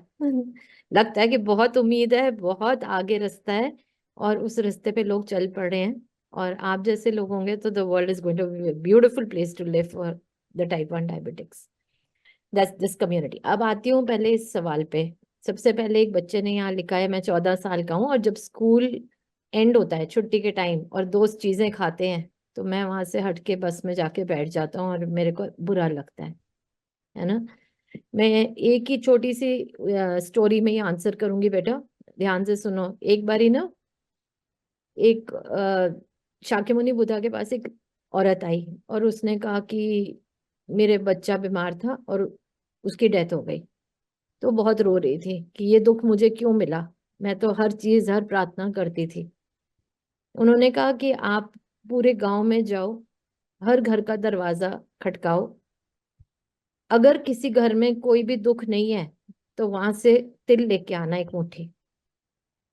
वो भटकती रही, हर दरवाजे पे खटकाती थी। शाम को, रात को जब भी लौटी, उसने कहा कि नहीं, कोई घर ऐसा नहीं मिला जिसने मुझे वो एक मुट्ठी तिल दिया। मैंने जिससे पूछा दुख है, उन्होंने कहा हाँ दुख है।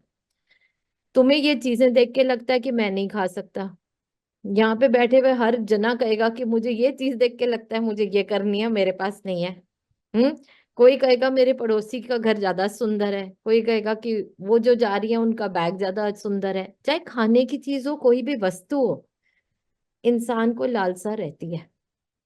ठीक है, लालसा कैसे खत्म कर सकते हैं हम? प्रियंका ने इसका जवाब दिया था शुरू में, और प्रियंका ने एक टोन सेट करी इस पूरे सेशन की, डॉक्टर प्रियंका, जहां आपने कहा अगर 2 मिनट और दो तो मुझे तो कुछ लोगों को थैंक यू करना है। मम्मी पापा को करना है, मामा को करना है, योग ध्यान फाउंडेशन को करना है, राइट।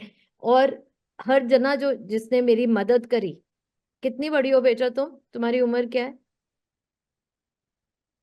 25, अभी 25 26 साल रनिंग है ना? 25 साल पे आपने वो लिस्ट यहाँ पे सामने रखी, जहाँ पे आपका सिर झुका कि इन लोगों की वजह से, और फिर आपका सिर झुका डायबिटीज की वजह से मैं डॉक्टर बनी। ये इस जीवन का मूल मंत्र है। अगर हम थैंक यू करने लगे कि हमारे पास टिफिन तो था स्कूल में खाने को, मैं स्कूल तो जा पा रहा हूँ, मैं पढ़ तो पा रहा हूँ, इतने और मेरे आसपास हैं जो स्कूल ही नहीं जाते। अगर हम दुनिया में देखें तो ऐसी इतनी चीजें हैं जो बहुतों को उपलब्ध नहीं है। ठीक है, अब रह गया मीठा खाना, है ना? तो हम तो यहाँ पे बैठे हैं कि हम टेक्निक सिखाते हैं कि मीठे की इच्छा भी मैनेज करना आ जाता है, कि मीठा बार बार मेरा जाके, मेरे को भी हो जाती है कभी कभी, मेरे से भी नहीं रुका जाता, फिर मैं कहती हूँ हाँ वो फ्रिज में एक डिब्बा आया हुआ है, वो मीठा मुझे खाना है। और मैंने एक सेशन में कहा था कि उस चीज पे आपको करना क्या चाहिए, दिवाली फिर आने वाली है, फिर डिब्बे हमारे घर में मिठाई के आने वाले हैं, और उस इच्छा को रोकने के लिए हमें क्या करना है, वो डिब्बा खोलो, उसमें से एक पीस खाओ, उसके 4 टुकड़े भी कर लो, 2 कर लो, मम्मी पापा से शेयर करो, फिर निकल जाओ डिब्बा लेके और खिला के आओ बाहर गरीबों में। जो बच्चों को ना मिठाई का डिब्बा देखने को भी नहीं मिलता, उनके साथ शेयर करो, कितना मजा आता है। तो ये इच्छाएं हमें कंट्रोल करनी है, हम हर चीज के लिए हाथ बढ़ा के उसको छीन नहीं सकते, और हमारे लिए वो है भी नहीं, चाहे वो खाने की चीजें हैं चाहे दूसरी चीजें। तो मैं कभी अलग से भी आप बात करना चाहो, मैं आपसे बात करूंगी कि ये फीलिंग नेचुरल है सब लोगों में, कि कोई ना कोई चीज हमें अट्रैक्ट करती है और कहती है कि हाँ ये मुझे चाहिए। लेकिन हमें देखना चाहिए कि मैं कितनी चीजें लेके बैठा हूं या बैठी हूं, तो उसी में हमें शुक्रगुजार होना चाहिए, वो थॉट अपने ही हमें छोड़ जाएगी। Right, I hope I have been able to answer that in the short time we have. ठीक है, और कोई अभी सवाल जो लेना है तो देख लेते हैं। मैम एक सवाल भी है, मैं भी थोड़ा सा एक पॉइंट डालना चाहूंगा इसी बच्चे को लेके। इसने कहा है can we do improvement in T1D by Ayurveda. हाँ तो जी। या मैम अलाउ है मुझे? एक्चुअली जैसे कि देखा गया है कि एक ब्लाइंड पर्सन को एक स्टिक चाहिए होती है, और वो कितना भी एक्सपर्ट हो जाए घर में या बाहर चलने में, लेकिन कोशिश रखता है कि वो अपनी स्टिक को अपने पास ही रखे। तो स्टिक की तरह ही टाइप 1 डायबिटीज के लिए कोई इंसुलिन है। तो ये मान के चलो इंसुलिन को अपने साथ हर हाल में रखनी है। बहुत सारी पैथी है, होम्योपैथी, आयुर्वेदिक, बहुत अच्छी अच्छी पैथी है, पर वो उस डंडी पे काम नहीं करेगी। वो स्टिक का रोल नहीं प्ले कर सकते हैं आपकी लाइफ में। आपको वो स्ट्रेंथ कर सकती है, मार्क दे सकती है, बाकी की चीजों को हेल्दी रख सकती है। तो कभी कुछ भी करें अपनी लाइफ में, लेकिन इंसुलिन और ये जो डायबिटीज मैनेजमेंट किट है इसको अपने साथ रख के चलें। इसको छोड़ने की कोशिश ना करें, और इसके लिए अपने डॉक्टर से कंसल्ट करते हैं। Yes ma'am. क्या मैं बोल सकती हूँ इस पर? हाँ जी प्लीज। हाँ सर, क्योंकि मैं आयुर्वेदा की डॉक्टर हूँ, तो मुझे यही बात बतानी है कि इंसुलिन की जगह कोई भी आयुर्वेदिक मेडिसिन नहीं ले सकता। अगर आप कुछ ले भी रहे हो तो इंसुलिन नहीं छोड़ना है। जितना मेरा नॉलेज है, मुझे यहाँ तक पता है कि इंसुलिन का काम कोई भी आयुर्वेदिक मेडिसिन नहीं करती। अगर आपको लेना भी है तो आपका जो इंसुलिन का डोज है वो उतना ही रहने देना है, और आपके डॉक्टर से पूछ के ही वो करना है। Thank you. Thank you. या सृष्टि मैम ने भी काफी टाइम बच्चों के साथ अपनी स्टडी के दौरान गुजारा है, आज भी काफी डील करते हैं। ये सृष्टि मैम, क्या इश्यूज आपने फेस किए बच्चों के साथ, और क्या आप अपनी राय देना चाहेंगे? थैंक यू अनिल जी। सबसे पहले तो आई विश कि एक उड़ान हर एक सिटी में होता, तो जो हम परेशानियां देख रहे हैं या जिस पे हम बात कर रहे हैं वो शायद होती ही नहीं। अर्चना मैम का उड़ान का जो काम है, starting from that hug when you enter उड़ान, from how you leave उड़ान with a smile on your face, that is what is needed, और वही है जो आज मिसिंग है हमारे मेट्रोज में या सरकारी अस्पतालों में। मैं ज्यादा टाइम ना लेते हुए कुछ 2-4 बातें साइकोलॉजिकल पर्सपेक्टिव से कहना चाह रही हूँ कि हम जो हमारा टॉपिक है कि डॉक्टर्स का क्या रोल होना चाहिए। आई थिंक डॉक्टर्स वो पहला कांटेक्ट है डायबिटीज पेशेंट्स के लिए, जो रेगुलरली उनसे मिलते हैं। डॉक्टर का कहा वो पेशेंट के लिए या वो बच्चे के लिए बिल्कुल एक लकीर हो जाता है पत्थर पे लिखी हुई। तो अगर हमारे डॉक्टर्स थोड़ा समय नॉन जजमेंटल होकर के, जैसे अर्चना मैम ने भी कहा कि बिना जज करे पेशेंट को, और थोड़ा सा एक एनवायरनमेंट ऐसा दे जहाँ पे वो सुनने की क्षमता हो। मैं समझती हूँ कि सरकारी अस्पतालों में ये पॉसिबल नहीं हो पाता है हमारे डॉक्टर पेशेंट रेशो को देखते हुए, लेकिन कम्युनिकेशन एक ऐसी चीज है, और डॉक्टर्स के पास तो वो हक है कि वो डायरेक्टिव हो जाएं। वो डायरेक्टिव होके भी कह सकते हैं कि आपने इंसुलिन लेना है, लेकिन एम्पथी के साथ। एम्पथी माने आप थोड़ा सा सेंसिटिव होकर के अगर पेशेंट के साथ 2 से 3 मिनट भी लगा रहे हैं, उसमें भी आप बहुत प्यार से उनको बेसिक चीज समझा सकते हैं। और यदि आपके पास समय नहीं है तो आप उनको रेफर करिए सोशल वर्कर के पास, साइकोलॉजिस्ट के पास, डायबिटीज एजुकेटर के पास, जो आपके लिए हेल्प कर सकता है। दूसरी चीज, मैंने एक बहुत इंटरेस्टिंग रिसर्च पेपर पढ़ा जिसमें एक एंडोक्रिनोलॉजिस्ट हैं, उन्होंने ये कहा कि although we may not be trained mental health experts, हम लोगों के पास वो ट्रेनिंग नहीं है, पर हम वो लोग हैं जो एक पर्सन लिविंग विद डायबिटीज से रेगुलरली मिलते हैं। तो हमारे पास वो अपॉर्चुनिटी है कि हम सवाल कर सकें, हम सुन सकें विद पर्पस, और वो चीजें देख सकें जो बदली हैं, राइट। और हर वक्त या हर कंसल्टेशन में जरूरी नहीं कि हम A1C लेवल और लिपिड लेवल्स पे बात करें। कभी कभार फोकस हमारा मेंटल हेल्थ इश्यूज पे भी होना बहुत जरूरी है। तो एक डॉक्टर ये जरूर पूछ सकता है कि आप कैसे हैं, आपका इमोशनल स्टेट कैसा है, आपकी फैमिली में किस तरह के इश्यूज हैं, या आपके आसपास किस तरह के इश्यूज हैं। तो ये छोटी छोटी चीजें अगर हमारे डॉक्टर्स को हम ट्रेन कर सकें, प्राइवेट क्लिनिक्स में डॉक्टर्स के पास टाइम हो पाता है, और सरकारी हॉस्पिटल्स में ये चीज मुश्किल है, और बहुत सारी जनता है, बहुत सारे बच्चे हैं जो अभी भी सरकारी हॉस्पिटल्स में जाते हैं, अफोर्ड नहीं कर पाते हैं प्राइवेट क्लिनिक्स। तो एक ये मेरा सजेशन है। और दूसरा, हमारे देश में, इंडिया में, there is no protocol, there is no standard tool या प्रोटोकॉल कि हम एक बेसलाइन साइकोसोशल इवैल्यूएशन असेसमेंट हर बच्चे की या हर केयर गिवर की करें जब वो एक कोई भी क्रॉनिक इलनेस के साथ, सिर्फ टाइप 1 डायबिटीज नहीं, कोई भी परेशानी के साथ आपके पास आता है, तो आते टाइम उसका एक बेसिक इवैल्यूएशन हम करें, और 3 महीने के बाद एक और इवैल्यूएशन करें कि कुछ बदलाव, कुछ बढ़ा या कुछ घटा तो नहीं। हम हम देखते हैं कि हमारे मेट्रो सिटीज में क्या चल रहा है। कल ही न्यूज़पेपर में एक रिपोर्ट आई है रूरल पॉपुलेशन में कि 18 से 25 के साल के लोग जो हैं रूरल एरियाज में एंजाइटी के इश्यूज बहुत ज्यादा बढ़ गए हैं। तो जब रूरल एरियाज में ऐसा हो रहा है, तो हमें इस चीज को और फोकस में लाने की जरूरत है। अभी भी साइकोलॉजिस्ट का नाम सुन के या काउंसलर का नाम सुन के पेरेंट्स, बच्चे कतराते हैं, एप्रीहेंशन है, नहीं जाते।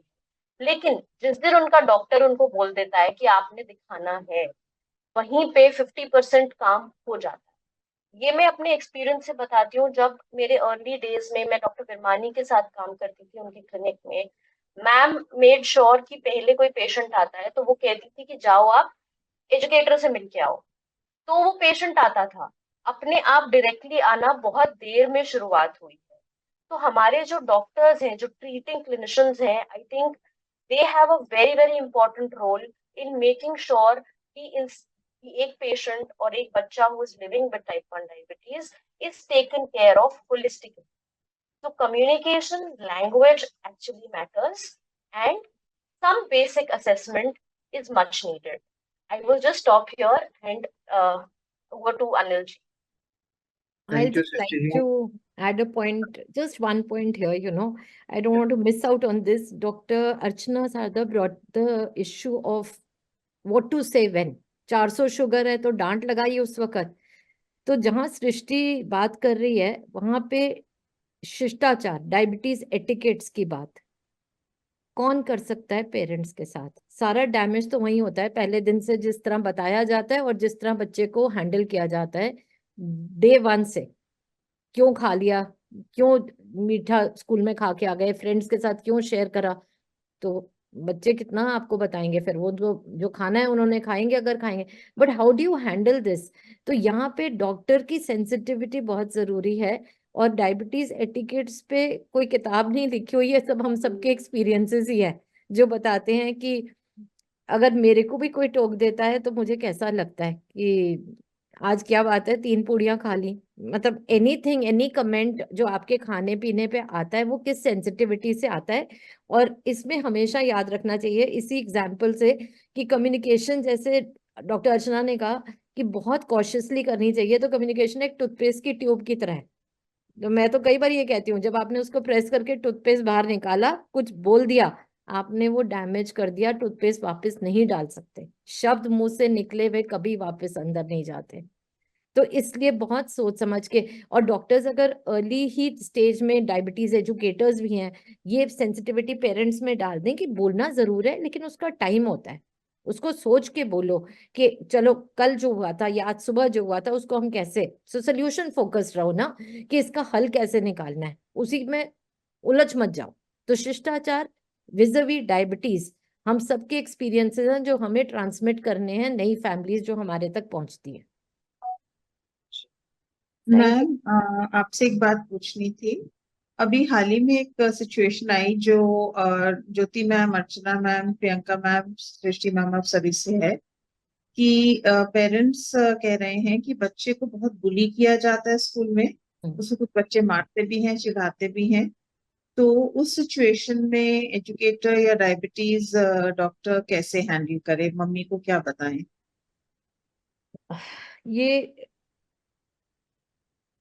ये जो बुलिंग का फिनोमिना है, और पीछे 1-2 स्कूल्स में मैंने सेशंस लिए जहाँ पे स्कूल खुद ही एड्रेस करना चाहता है ये मल्टीपल प्रॉब्लम्स जो आ रही हैं। एंड कई बार disparity in the social class between children, अच्छे फैमिलीज जिनको सो कॉल्ड, मतलब उनके पास सब कुछ है, वो उठा के छोटे उन बच्चों को पकड़ के तंग करते हैं। बुलिंग इज अ फिनोमिना जो, जिससे आप इस तरह एस्केप नहीं कर सकते कि आप उससे दूर हट जाओ या स्कूल बदल लें या ये करें। अब हमें करना क्या चाहिए? सबसे पहले स्कूल में भी काउंसलर्स होते हैं जहां पे ये चीज रिपोर्ट होनी चाहिए। रिपोर्ट होने के बाद क्या हुआ ये अभी हमें नहीं मालूम कि उस इंसिडेंट्स में क्या हुआ। नंबर 2, क्लास या सेक्शन चेंज हो सकता है बच्चे का, राइट मैम? अगर स्कूल, अगर हम चेंज करते जाएंगे स्कूल, तो हर स्कूल में आजकल वेपिंग या ये बुलिंग या जो भी चीजें हो रही हैं बच्चों में, ये हद पार हो गई हैं, बहुत चीजें हद पार है। हमें भी हैरानी होती है कि बच्चे इतना कुछ कर रहे हैं जो कि पढ़ाई के अलावा वहां पे चल रहा है। तो इससे अच्छा काउंसलर, और मेरा एडवाइस हमेशा डायबिटिक पेरेंट्स के साथ है कि आप डे 1 से उस टीम को अपनी टीम मानो और उनसे कनेक्टेड रहो। तब मत भागते जाओ काउंसलर्स या क्लास टीचर के पास जब आपको समस्या हुई।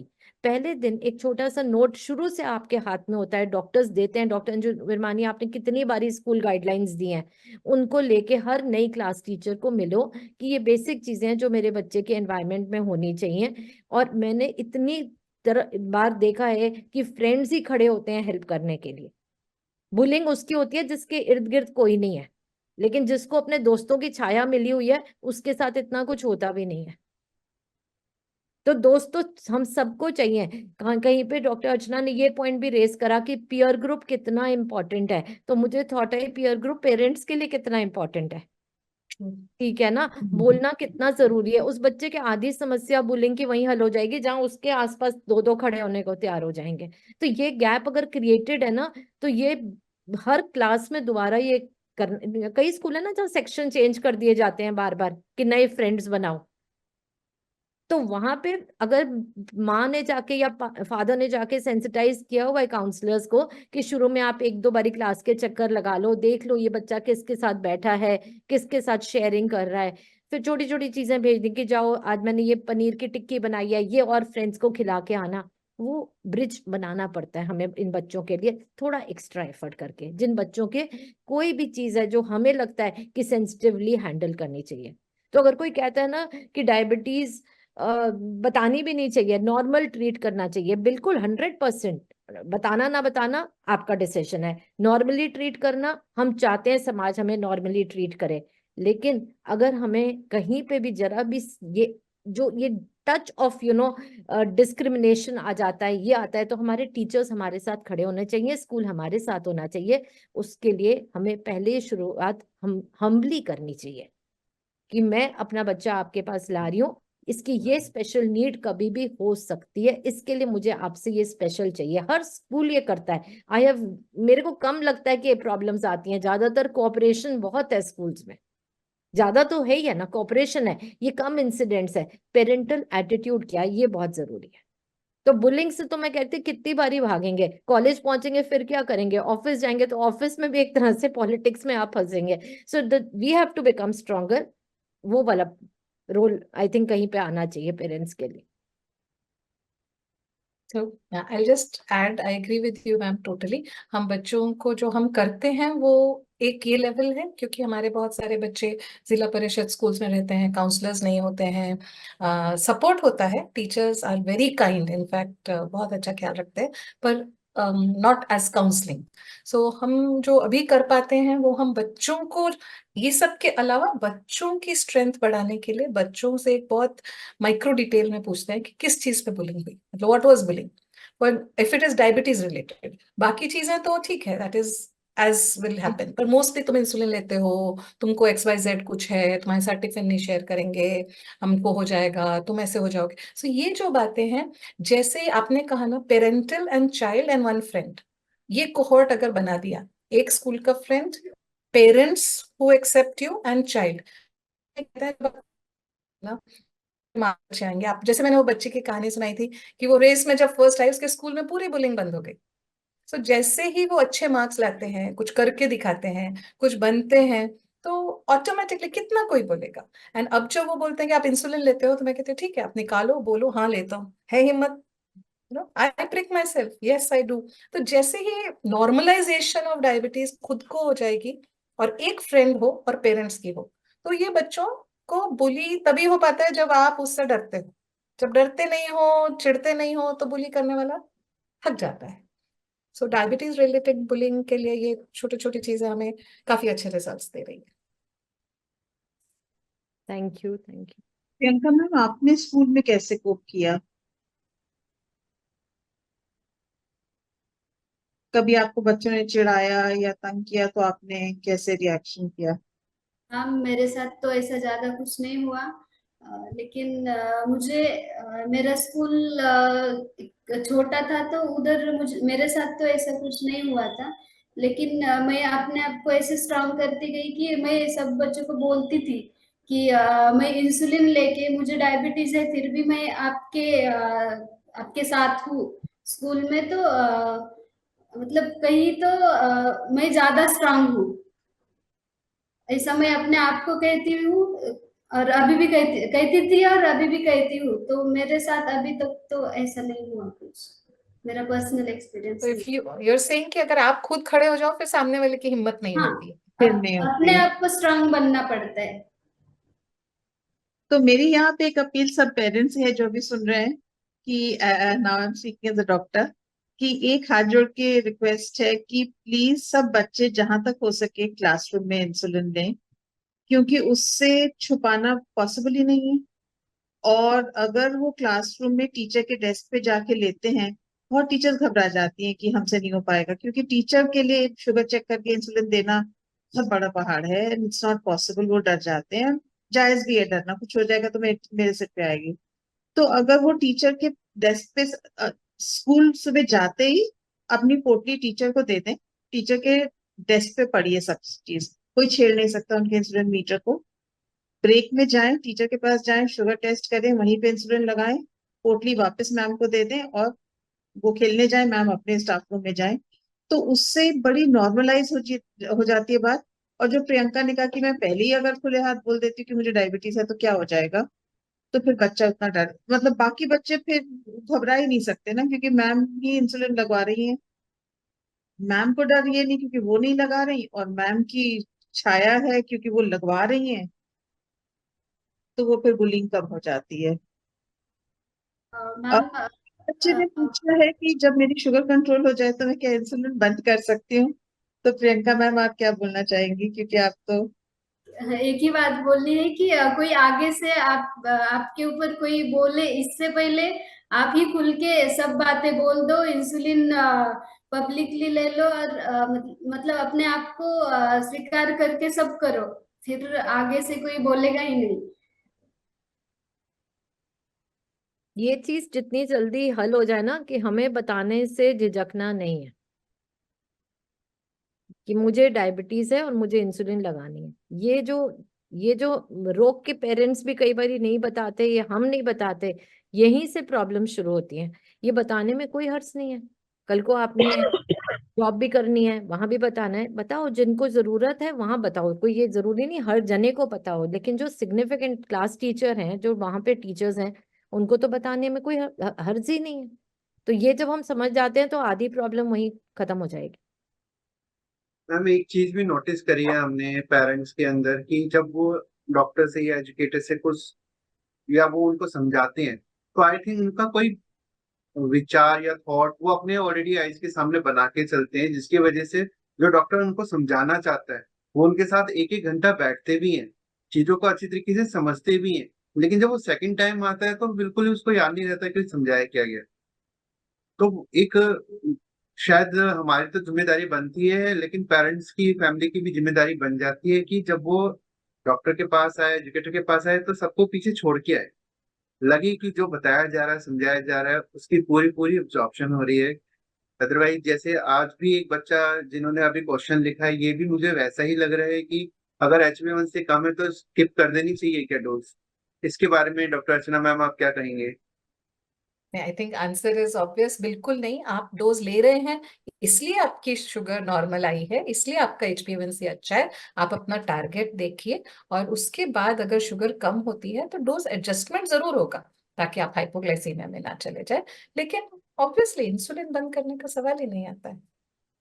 एंड ऐसे सिचुएशंस होंगे, पर वो क्लिनिकल सिचुएशंस होते हैं। किसी किसी को किसी एक मील के इंसुलिन की जरूरत नहीं पड़ती फॉर सम रीजन, अगर वो प्रोटीन मील है कुछ। लेकिन ये पूरी तरह से आपकी एजुकेटर, आपकी डॉक्टर की सलाह से हो, ये आपका डिसीजन नहीं है। मैं शुक्रिया अदा करना चाहूंगा डॉक्टर बिंदिया छाबड़ा जी, जो योगदान फाउंडेशन के वाइस प्रेसिडेंट ट्रस्टी हैं। थैंक यू मैम, आपने अपना टाइम निकाला। आप अपनी 2 मिनट राय दें हमारे आज के टॉपिक पे कि डॉक्टर्स का रोल आपने कहाँ कैसे नोटिस किया है। मैम आप अवेलेबल हैं doctor? I think Bindiya Chhabra ma'am. तो हम चलते हैं डॉक्टर अंजू बिरमानी के पास। मैम अक्सर आपका हमने ये देखा है कि जब भी कोई नया बच्चा आपके पास से हमारे पास आता है तो वो ये बोलता है कि हम 1 घंटा 1.5 घंटा मैम के साथ बैठे रहे। तो मैम क्या वजह होती है कि इतना टाइम लग जाता है आपको एक बच्चे को? क्या यही वजह है कि आप उनके खाली डायबिटीज को नहीं देखते, उनके पूरे बैकग्राउंड को, कहाँ वो वीक पड़ सकता है, कहाँ से उसको आगे बढ़ना है, क्या समस्या आएंगी, क्या वो सारी चीजें आप उनकी टैकल करते हैं? Doctor Anju Birmani ma'am. Anil ji, I think शुरू में मैम ने बहुत जरूरी बात कही कि डंडा सिर में हाथ में हो या इतनी बड़ी सुई हो तो कोई भी घबरा जाएगा। वो पहले इस डायग्नोसिस से जूझ रहे हैं।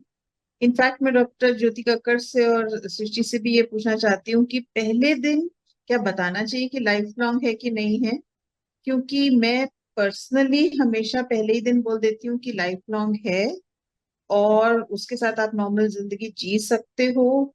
सेलिब्रिटीज के कुछ नाम लेके कि देखिए वो सब हैं। और आपको तो दो या तीन चीजों पे मैं जोर देती हूँ। पहली बात तो ये कि देखिए आप अभी इलाज जैसे ही शुरू करेंगे तो आपको कुछ ही दिनों में, कुछ ही हफ्तों में शुगर एकदम ठीक हो जाने लगेगी। और इस हनीमून फेज से आपने गुमराह नहीं होना है, क्योंकि हनीमून फेज में लगता है कि ठीक हो गई तो पागल औरत थी जो बोल रही थी कि जिंदगी भर लगाना है। तो एक तो उसमें 2 या 3 मिनट 5 मिनट लग जाते हैं समझाने में कि आपको अभी आते ही छूटते ही हनीमून फेज मिल जाएगा, जिसमें आप बहुत कंफ्यूज हो जाएंगे। और दूसरी ये बात कि आपको इलाज देने वाले बहुत लोग होंगे, परमानेंट क्योर करने वाले। पर अगर इतना परमानेंट क्योर होता तो निक जोनस जैसे लोग पागल नहीं है कि वो फटाफट क्योर नहीं कर सकते अपने आप को। और तीसरी बात ये कि बच्चे को निक जोनस की तरह ही पूरी दुनिया घूम सकते हैं, सब कुछ कर सकते हैं। तो मैंने उसको ये आज जो सीखी कि उसको ये फ्रेम करिए कि लाइफ का गोल क्या है आपका। That I thought to frame it in that context कि आप क्या बनना चाहते हो, एंड उस दिशा में हम कैसे आपकी मदद कर सकते हैं कि आप उस दिशा में कैसे आगे बढ़ें। तो उससे बहुत फर्क पड़ जाता है, क्योंकि हर बच्चे में इतनी हिम्मत नहीं होती जैसे प्रियंका की थी कि ऐसी की तैसी मैं तो बस डॉक्टर बनना है तो बनना है, और मुझे मुश्किल है तो है, मैं 3 किलोमीटर पैदल चल के जाऊंगी, पर जाऊंगी और पढ़ूंगी। तो सब बच्चों में इतनी हिम्मत नहीं होती, और मैं तो ये कहूंगी कि प्रियंका से ज्यादा आई और उनके भाई ने वो हिम्मत डाली प्रियंका और पल्लवी में कि तुम 3 किलोमीटर जाना तो जाओ, कुछ नहीं होता, लड़की हो तो कुछ हो जाएगा, कोई पकड़ेगा ये वो नहीं, तुमने 3 किलोमीटर जाके जाना है और 3 किलोमीटर वापस पैदल आना है, हॉस्टल में जाना है तो जाओ करो। उन्होंने नेबर को भी हिम्मत बांधी कि नहीं आप अपनी बेटी का ध्यान रखिए, देखिए मेरी दोनों बेटियां इतने अच्छे से कर रही हैं। तो वो जो शक्ति उनको आई और उनके भाई ने, मामा जी ने दी, आई थिंक वो बहुत जरूरी है कि हम उसको कैसे फोकस करें और उस पे ऐसे एग्जाम्पल्स, अब जैसे आज की रिकॉर्डिंग आई थिंक बहुत बड़ा हथियार बन जाती है कि आप सुनो। और जो मैम ने अभी ज्योति मैम ने कहा कि वो बच्चा गांव से निकल के इतना अच्छा कर सकता था, तो आप तो शहर में आराम से जी रहे हो, आप तो खाली 8-10 किलोमीटर दूर हो, आप आराम से आ सकते हो, एक बस या मेट्रो ही तो पकड़नी है आपको, 6 घंटे का रास्ता नहीं पार करना। तो उसमें बहुत फर्क पड़ जाता है, तो उसमें थोड़ा टाइम जरूर लगता है। सृष्टि मैम, जब आपके पास काउंसलिंग के लिए आते हैं तो पेरेंट्स को आप कैसे समझाते हो कि कोप कैसे करना है? मैम आई थिंक सबसे ज्यादा डिफिकल्ट ही वही एस्पेक्ट होता है, क्योंकि बच्चे तो अभी समझ रहे होते हैं कि हो क्या रहा है। एज वाइज डिपेंड करता है। पेरेंट्स को मोस्टली जो सिंपल एडवाइस रहती है, पहले तो उनको एजुकेट करना बहुत जरूरी है, और सेकेंडली किसी भी सोशल सपोर्ट ग्रुप के साथ उनका इंटरेक्शन कराना कि आपके जैसे पेरेंट्स और भी हैं, आपके जैसे बच्चे जैसे हैं वैसे और भी हैं। That makes a lot of difference. Secondly, I always sort of push them for some sort of a spiritual coping. जिस भी तरह की स्पिरिचुअलिटी या जिस भी तरह की माइंडफुलनेस जैसी चीजें वो प्रैक्टिस कर सके, वो उनको कराना। एक मैं उनको सिखा के अपने सामने करा के फिर भेजती हूँ, और चाहे वो प्रैक्टिस करते रहें, I take a follow up on of that also. उससे ये होता है कि आपका दिमाग शांत होता है, तब आप चीजों को और बेहतर कॉम्प्रिहेंड और प्रोसेस कर पाते हो। एक्सेप्टेंस क्योंकि आने में बहुत समय लगता है, तो ये जो छोटी छोटी चीजें हैं, स्पेशली सपोर्ट ग्रुप के साथ इंटरेक्शन करना, this gives them acceptance. It does take a lot of time for parents to cope because every day is a new challenge, every milestone. अब टीनेज का बच्चा है तो अलग चैलेंजेस हैं, छोटा बच्चा है तो अलग चैलेंजेस हैं। तो केस टू केस बेसिस पे कुछ चीजें अलग करी जाती हैं, जहाँ पे हम सीबीटी देते हैं उनको, या अलग तरह की थेरेपीज। पर जो कॉमन चीजें हैं या जनरल चीजें हैं, वो ये 2 या 3 हैं: support group and spiritual way of coping. Because ये मैंने अपने रिसर्च के दौरान भी देखा था कि ये चीजें जो लोग प्रैक्टिस कर रहे थे, they were faring well in terms of mental health issues. Anil ji ने और सृष्टि आपने एक पॉइंट रेज किया, if I can take a minute from all of you. Anil ji ने कहा कि अगली बारी आते हैं तो ऐसे लगता है सब भूल गए, फिर से फ्रेश स्टार्ट, और फिर इंसुलिन लगाएं कि नहीं, वो वाली बातों पे। सृष्टि ने भी अभी कहा कि पेरेंट्स को सिखाना पड़ता है। काउंसलिंग की जो हम लोगों की वर्कशॉप्स होती थी ना, उसमें सबसे शुरू में सिखाते थे कि आप एक किसान हो। एडल्ट लर्निंग के प्रिंसिपल्स में सिखाते थे आप एक किसान हो, बीज डालना है, पौधा लगाना है, तो पहले खेत को जोतना पड़ेगा, फर्टाइल बनाना पड़ेगा। तो जब हमारे सामने पेरेंट्स आते हैं ना, सबसे पहले हमें उन्हें रेडी करना है कि वो अब हमारे को सुने। इसलिए उसके पीछे की कहानी, पहले वो जो ब्रिज बनना है ना, वो बहुत जरूरी है। उनको बोलने दीजिए, पहले सुनना बहुत जरूरी। प्रियंका ने भी कहा ना, जब मैं पहुंची उड़ान तो पहली बारी किसी ने सब कुछ सुना मेरा। कितना थेरेपेटिक है जब ये पेरेंट्स सब अपनी फियर्स, अपनी एंजाइटी सब बोलेंगे। फिर आपका सवाल था ना कि हमें क्या शुरू में ही बताना है कि it is life long. The medical professional has to verbalise that. उसमें तो कहीं आप और जा ही नहीं सकते, आप कह ही नहीं सकते कुछ सालों में ठीक हो जाएगी, या अभी कब, हमारे पास तो वो डेट ही नहीं है जब हम कहेंगे इसका क्योर आ जाएगा, चाहे हम रिसर्च फॉलो कर रहे हैं। तो इसलिए बहुत सही है कि हम रेडीनेस क्रिएट करें कि ये पेरेंट्स हमारी बात मानने लगे और सुनने लगे। तो उसमें सपोर्ट ग्रुप, अपनी तरह और लोगों को देखना जो सक्सेस स्टोरीज हमारे सबके बीच में आज खड़ी हैं। कितनी सक्सेस स्टोरीज तो हम अपने अंदर से ही बता सकते हैं ग्रुप्स में कि इतने लोग इतना अच्छा कर रहे हैं, और उनको पोस्ट भी करते हैं हम। तो वो वाली चीजें पेरेंट्स को रेडीनेस देंगी कि हर चीज जो आप लेके आए हो। ये जो आप केस बता रही हैं बुलिंग का, इसमें भी एक एक्सट्रीम आया कि फियर कि ये हो जाएगा अगर हम बच्चे को स्कूल से नहीं निकालें तो ये हो जाएगा। फियर्स कि मैंने उधर उस यूनिवर्सिटी में एडमिशन मिल गई लेकिन मैंने नहीं भेजना। ये प्रियंका रही ना हॉस्टल्स में, प्रियंका अलग अपने फैमिली के साथ रह के मैनेज करके पढ़ गई। तो ये भी तो एग्जाम्पल है कि क्यों डरो बच्चों को अपने से अलग करने में। तो ये तब रेडीनेस जब होगी जब वो अपने फियर्स को वर्बलाइज करेंगे। इसलिए every medical professional should connect the parents to a diabetes educator and a counselor as soon as possible. एक दो सेशंस जब वहां पे भी साथ साथ, आप डॉक्टर तो सब कुछ नहीं कर सकता, लेकिन वो रेडीनेस जो वहां पे क्रिएट हो सकती है वो लाइफ लॉन्ग काम आएगी। जी मैम। मैम, डॉक्टर प्रियंका की एक बात मुझे और यहाँ पर याद आई कि 2018 में उन्होंने उड़ान को ज्वाइन किया, 2012 में डायग्नोज हुआ। आई थिंक टाइप 1 डायबिटीज की जैसे अवेयरनेस की जरूरत है हर जगह। ऐसे ही जो उड़ान प्लेटफॉर्म है, उड़ान फाउंडेशन और भी इसी तरीके की जो फाउंडेशन है उनको कॉलबरेट होकर के उनके बारे में भी जानकारी फैलाने की जरूरत है, ताकि बच्चे को वो उस वक्त मिल जाए जब वो डायग्नोज हो, और या उससे पहले पेरेंट्स तक ये जानकारी पहुंचे कि टाइप 1 भी कुछ होता है, और अगर किसी को हो तो वो उसको वहां तक एटलीस्ट पहुंचा दे। जो कि 5 साल 4 साल जो डॉक्टर प्रियंका ने बताया है कि उनको 2 वक्त ही इंसुलिन दी जाती थी, मिड स्टार्ट पे थे, कई ऐसी चीज, तो एटलीस्ट वो पीरियड उनका काफी अच्छा निकलेगा। एक डॉक्टर ज्योति कक्कर से छोटा सा क्वेश्चन मैं पूछना चाहूंगा मैम, क्योंकि हमारे यहाँ पे जो केसेस आते हैं उसके हिसाब से कि जब पहली बार डायग्नोज होता है बच्चे को और वो किसी भी हॉस्पिटल में जाना, क्योंकि उनके लिए सारे डॉक्टर एक जैसे ही होते हैं, वो इमरजेंसी में लेके जाते हैं, चाहे वो डीके की कंडीशन है या कोई भी कंडीशन है। और जब वहां से आते हैं डॉक्टर के पास से इंसुलिन का प्रॉपर ट्रीटमेंट लेकर के, तो वो दाएं बाएं क्यों भाग जाते हैं, क्यों किसी आयुर्वेदिक के चक्कर में, क्यों होम्योपैथी, वो क्यों क्यों ढूंढना स्टार्ट कर देते हैं। और इस केस में हमने देखा है कि 3 3 4 4 महीने तक इंसुलिन भी छोड़ देते हैं, और फिर वो बाद में घूम करके उनको समझ आती है इतनी चलने के बाद कि नहीं, इंसुलिन ही सफिशिएंट है। तो ऐसा क्या होता है दोनों के बीच में, कौन सी कमी रह जाती है कि वो डाइवर्ट होते हैं और क्योर की तरफ भागते हैं? Yes ma'am. शॉक और डिनायर दोनों।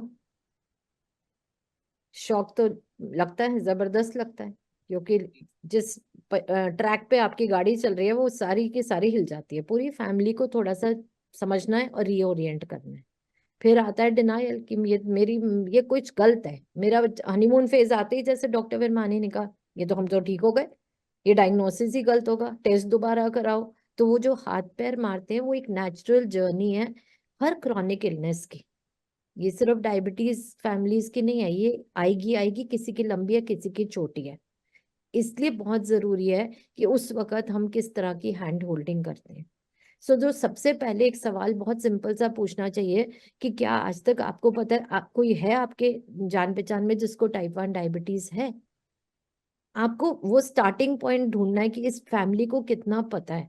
वो कहेंगे नहीं हमने तो कभी सुना ही नहीं कि बच्चों में होती है, या कहेंगे कि हाँ एक बार ही पता है स्कूल में भी और बच्चों को होती है, राइट? तो you have to start where the family is ready to join. उनका पॉइंट ऑफ अवेयरनेस कितना है वो समझना ही पड़ता है।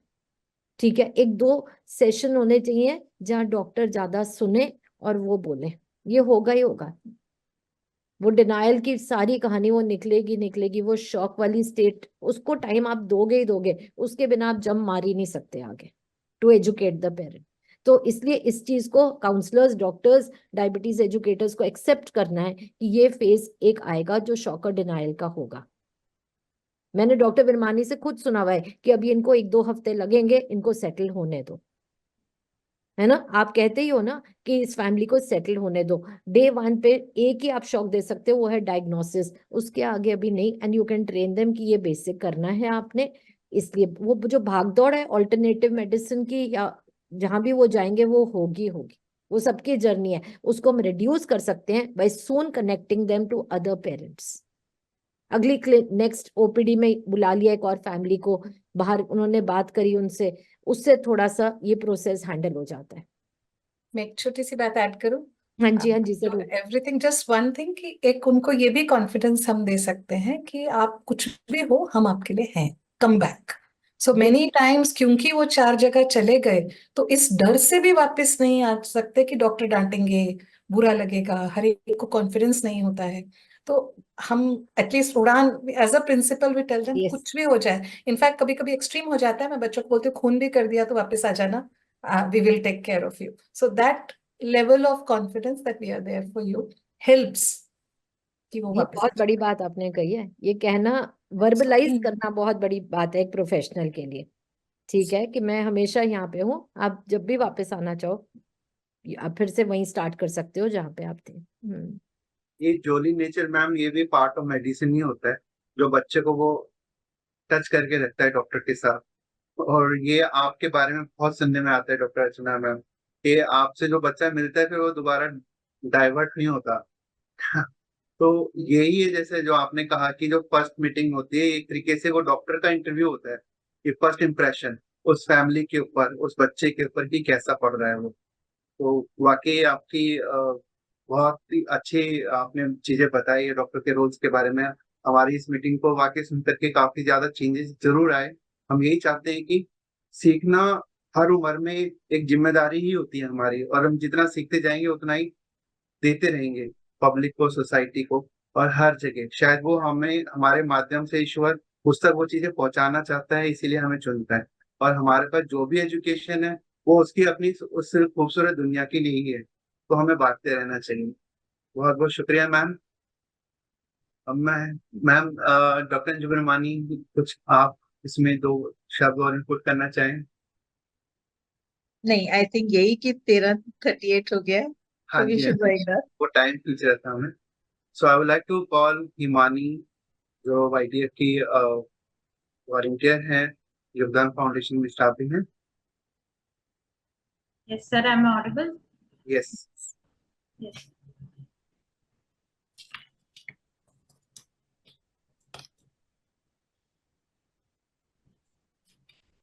Thanks to all जो जिन सारे पार्टिसिपेंट किया, thanks to all doctors and educators and psychologist जिन्होंने हमारे इस सेशन को एक ब्यूटीफुल सेशन बनाया, कि सारे एक्सपेक्ट को लेके बात करी गई। So I would like to thank Dr. Priyanka जिन्होंने अपनी एक जर्नी स्टार्ट करी और बताना, एंड इट्स मोर इंटरेस्टिंग। वो बताते गए, हमें इतना अच्छा लग रहा था कि स्टार्टिंग की जब वो डायग्नोस हुए और उसके बाद उन्होंने कैसे अपने आप को संभाला, पेरेंट्स का कितना सपोर्ट, कितना बड़ा एक हाथ रहा इस जर्नी में, और उसके बाद जो डॉक्टर अर्चना के साथ जब वो जुड़े और उन्होंने एक उड़ान ले ली, and she is flying right away. So I would like to thank ma'am, आप और हमारे साथ जुड़े, और meetings we have go through. एक सेकंड हिमानी, मैं राजकुमार जी से चाहूंगा कि वो प्रेजेंटेशन पीपीटी को थोड़ा विजुअलाइज कर दें अटेंडेंस के लिए।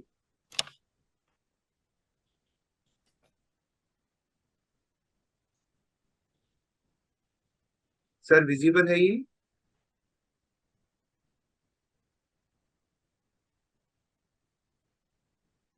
Yes, thank you.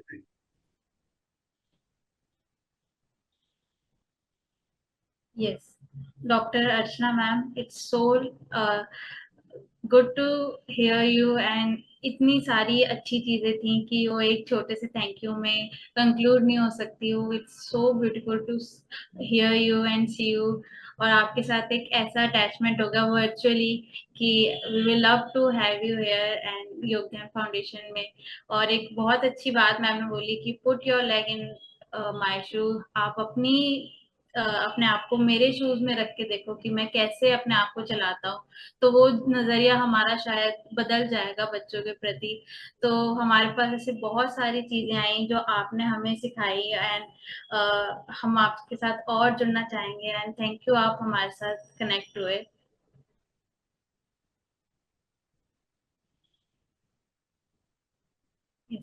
Thank you doctor Jyoti Kakkar ma'am, आप हमेशा हमारे साथ जुड़ते हैं, और एक प्यारी सी आपने एक जो स्टोरी सुनाई कि thank you is the key. जब आप थैंक यू बोलना शुरू कर दोगे तो आपके साथ चीजें बदलनी शुरू हो जाएंगी।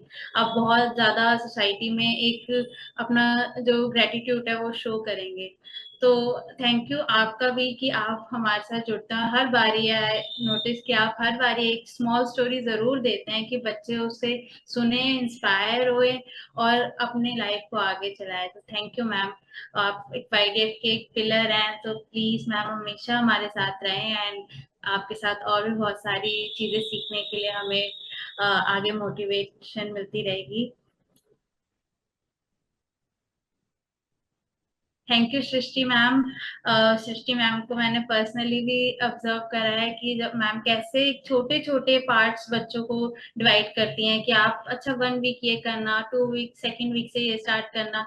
तो छोटे छोटे पार्ट, ना कि पूरा लोड देना बच्चे को, पेरेंट्स को समझाना। तो थैंक यू मैम वाईडीएफ के साथ ऐसे जुड़ने के लिए, एंड आपके साथ और भी बहुत सारी सेशंस हमारे होंगे ताकि हम और चीजें सीख पाए, सारे बच्चे और चीजें पेरेंट्स सीख पाए। Thank you ma'am. Thank you to all to participate, and thank you to Anju ma'am and Anil sir as well कि सेशन में जुड़ के कैसे आपने सारे बच्चों को सपोर्ट करा, एक ये सेशन रन करना, और हमेशा उसमें इतने ध्यान से सुन के कहीं ना कहीं मिस्टेक है या फिर कोई भी एक्सपेक्ट जो छूट जाता है वो पकड़ के आप हमें बताते हैं। तो thank you all of members जो ज्वाइन हुए हैं। Thank you everyone. Thank you Himani. Thank you, और sir. मैं सभी हमारे ऑडियंस पार्टिसिपेंट सभी से कहना चाहूंगा कि आप योगदान फाउंडेशन के प्लेटफॉर्म के माध्यम से यूट्यूब के चैनल से इस मीटिंग को दोबारा सुन सकते हैं और उसमें भी अपने क्वेश्चन पूछ सकते हैं। आज जो हमारे पैनलिस्ट रहे हैं लास्ट में डॉक्टर प्रियंका, डॉक्टर अर्चना Sharda ma'am, doctor Jyoti Kakkar, doctor सृष्टिपुरी ma'am, doctor Anju ma'am, तो आप कोई भी क्वेश्चन जिनसे भी पूछना चाहेंगे आपके क्वेश्चन उन तक पहुंचाया जाएगा और आपको उन्हें एक सही सा आंसर आपको दिया जाएगा ताकि आप अपने जो मैनेजमेंट है उसको और अच्छे तरीके से चला सकें। बहुत बहुत शुक्रिया सभी डॉक्टर्स का, मैम का और हमारे ऑडियंस का जिन्होंने पेशेंटली हमें सुना। बहुत बहुत शुक्रिया मैम।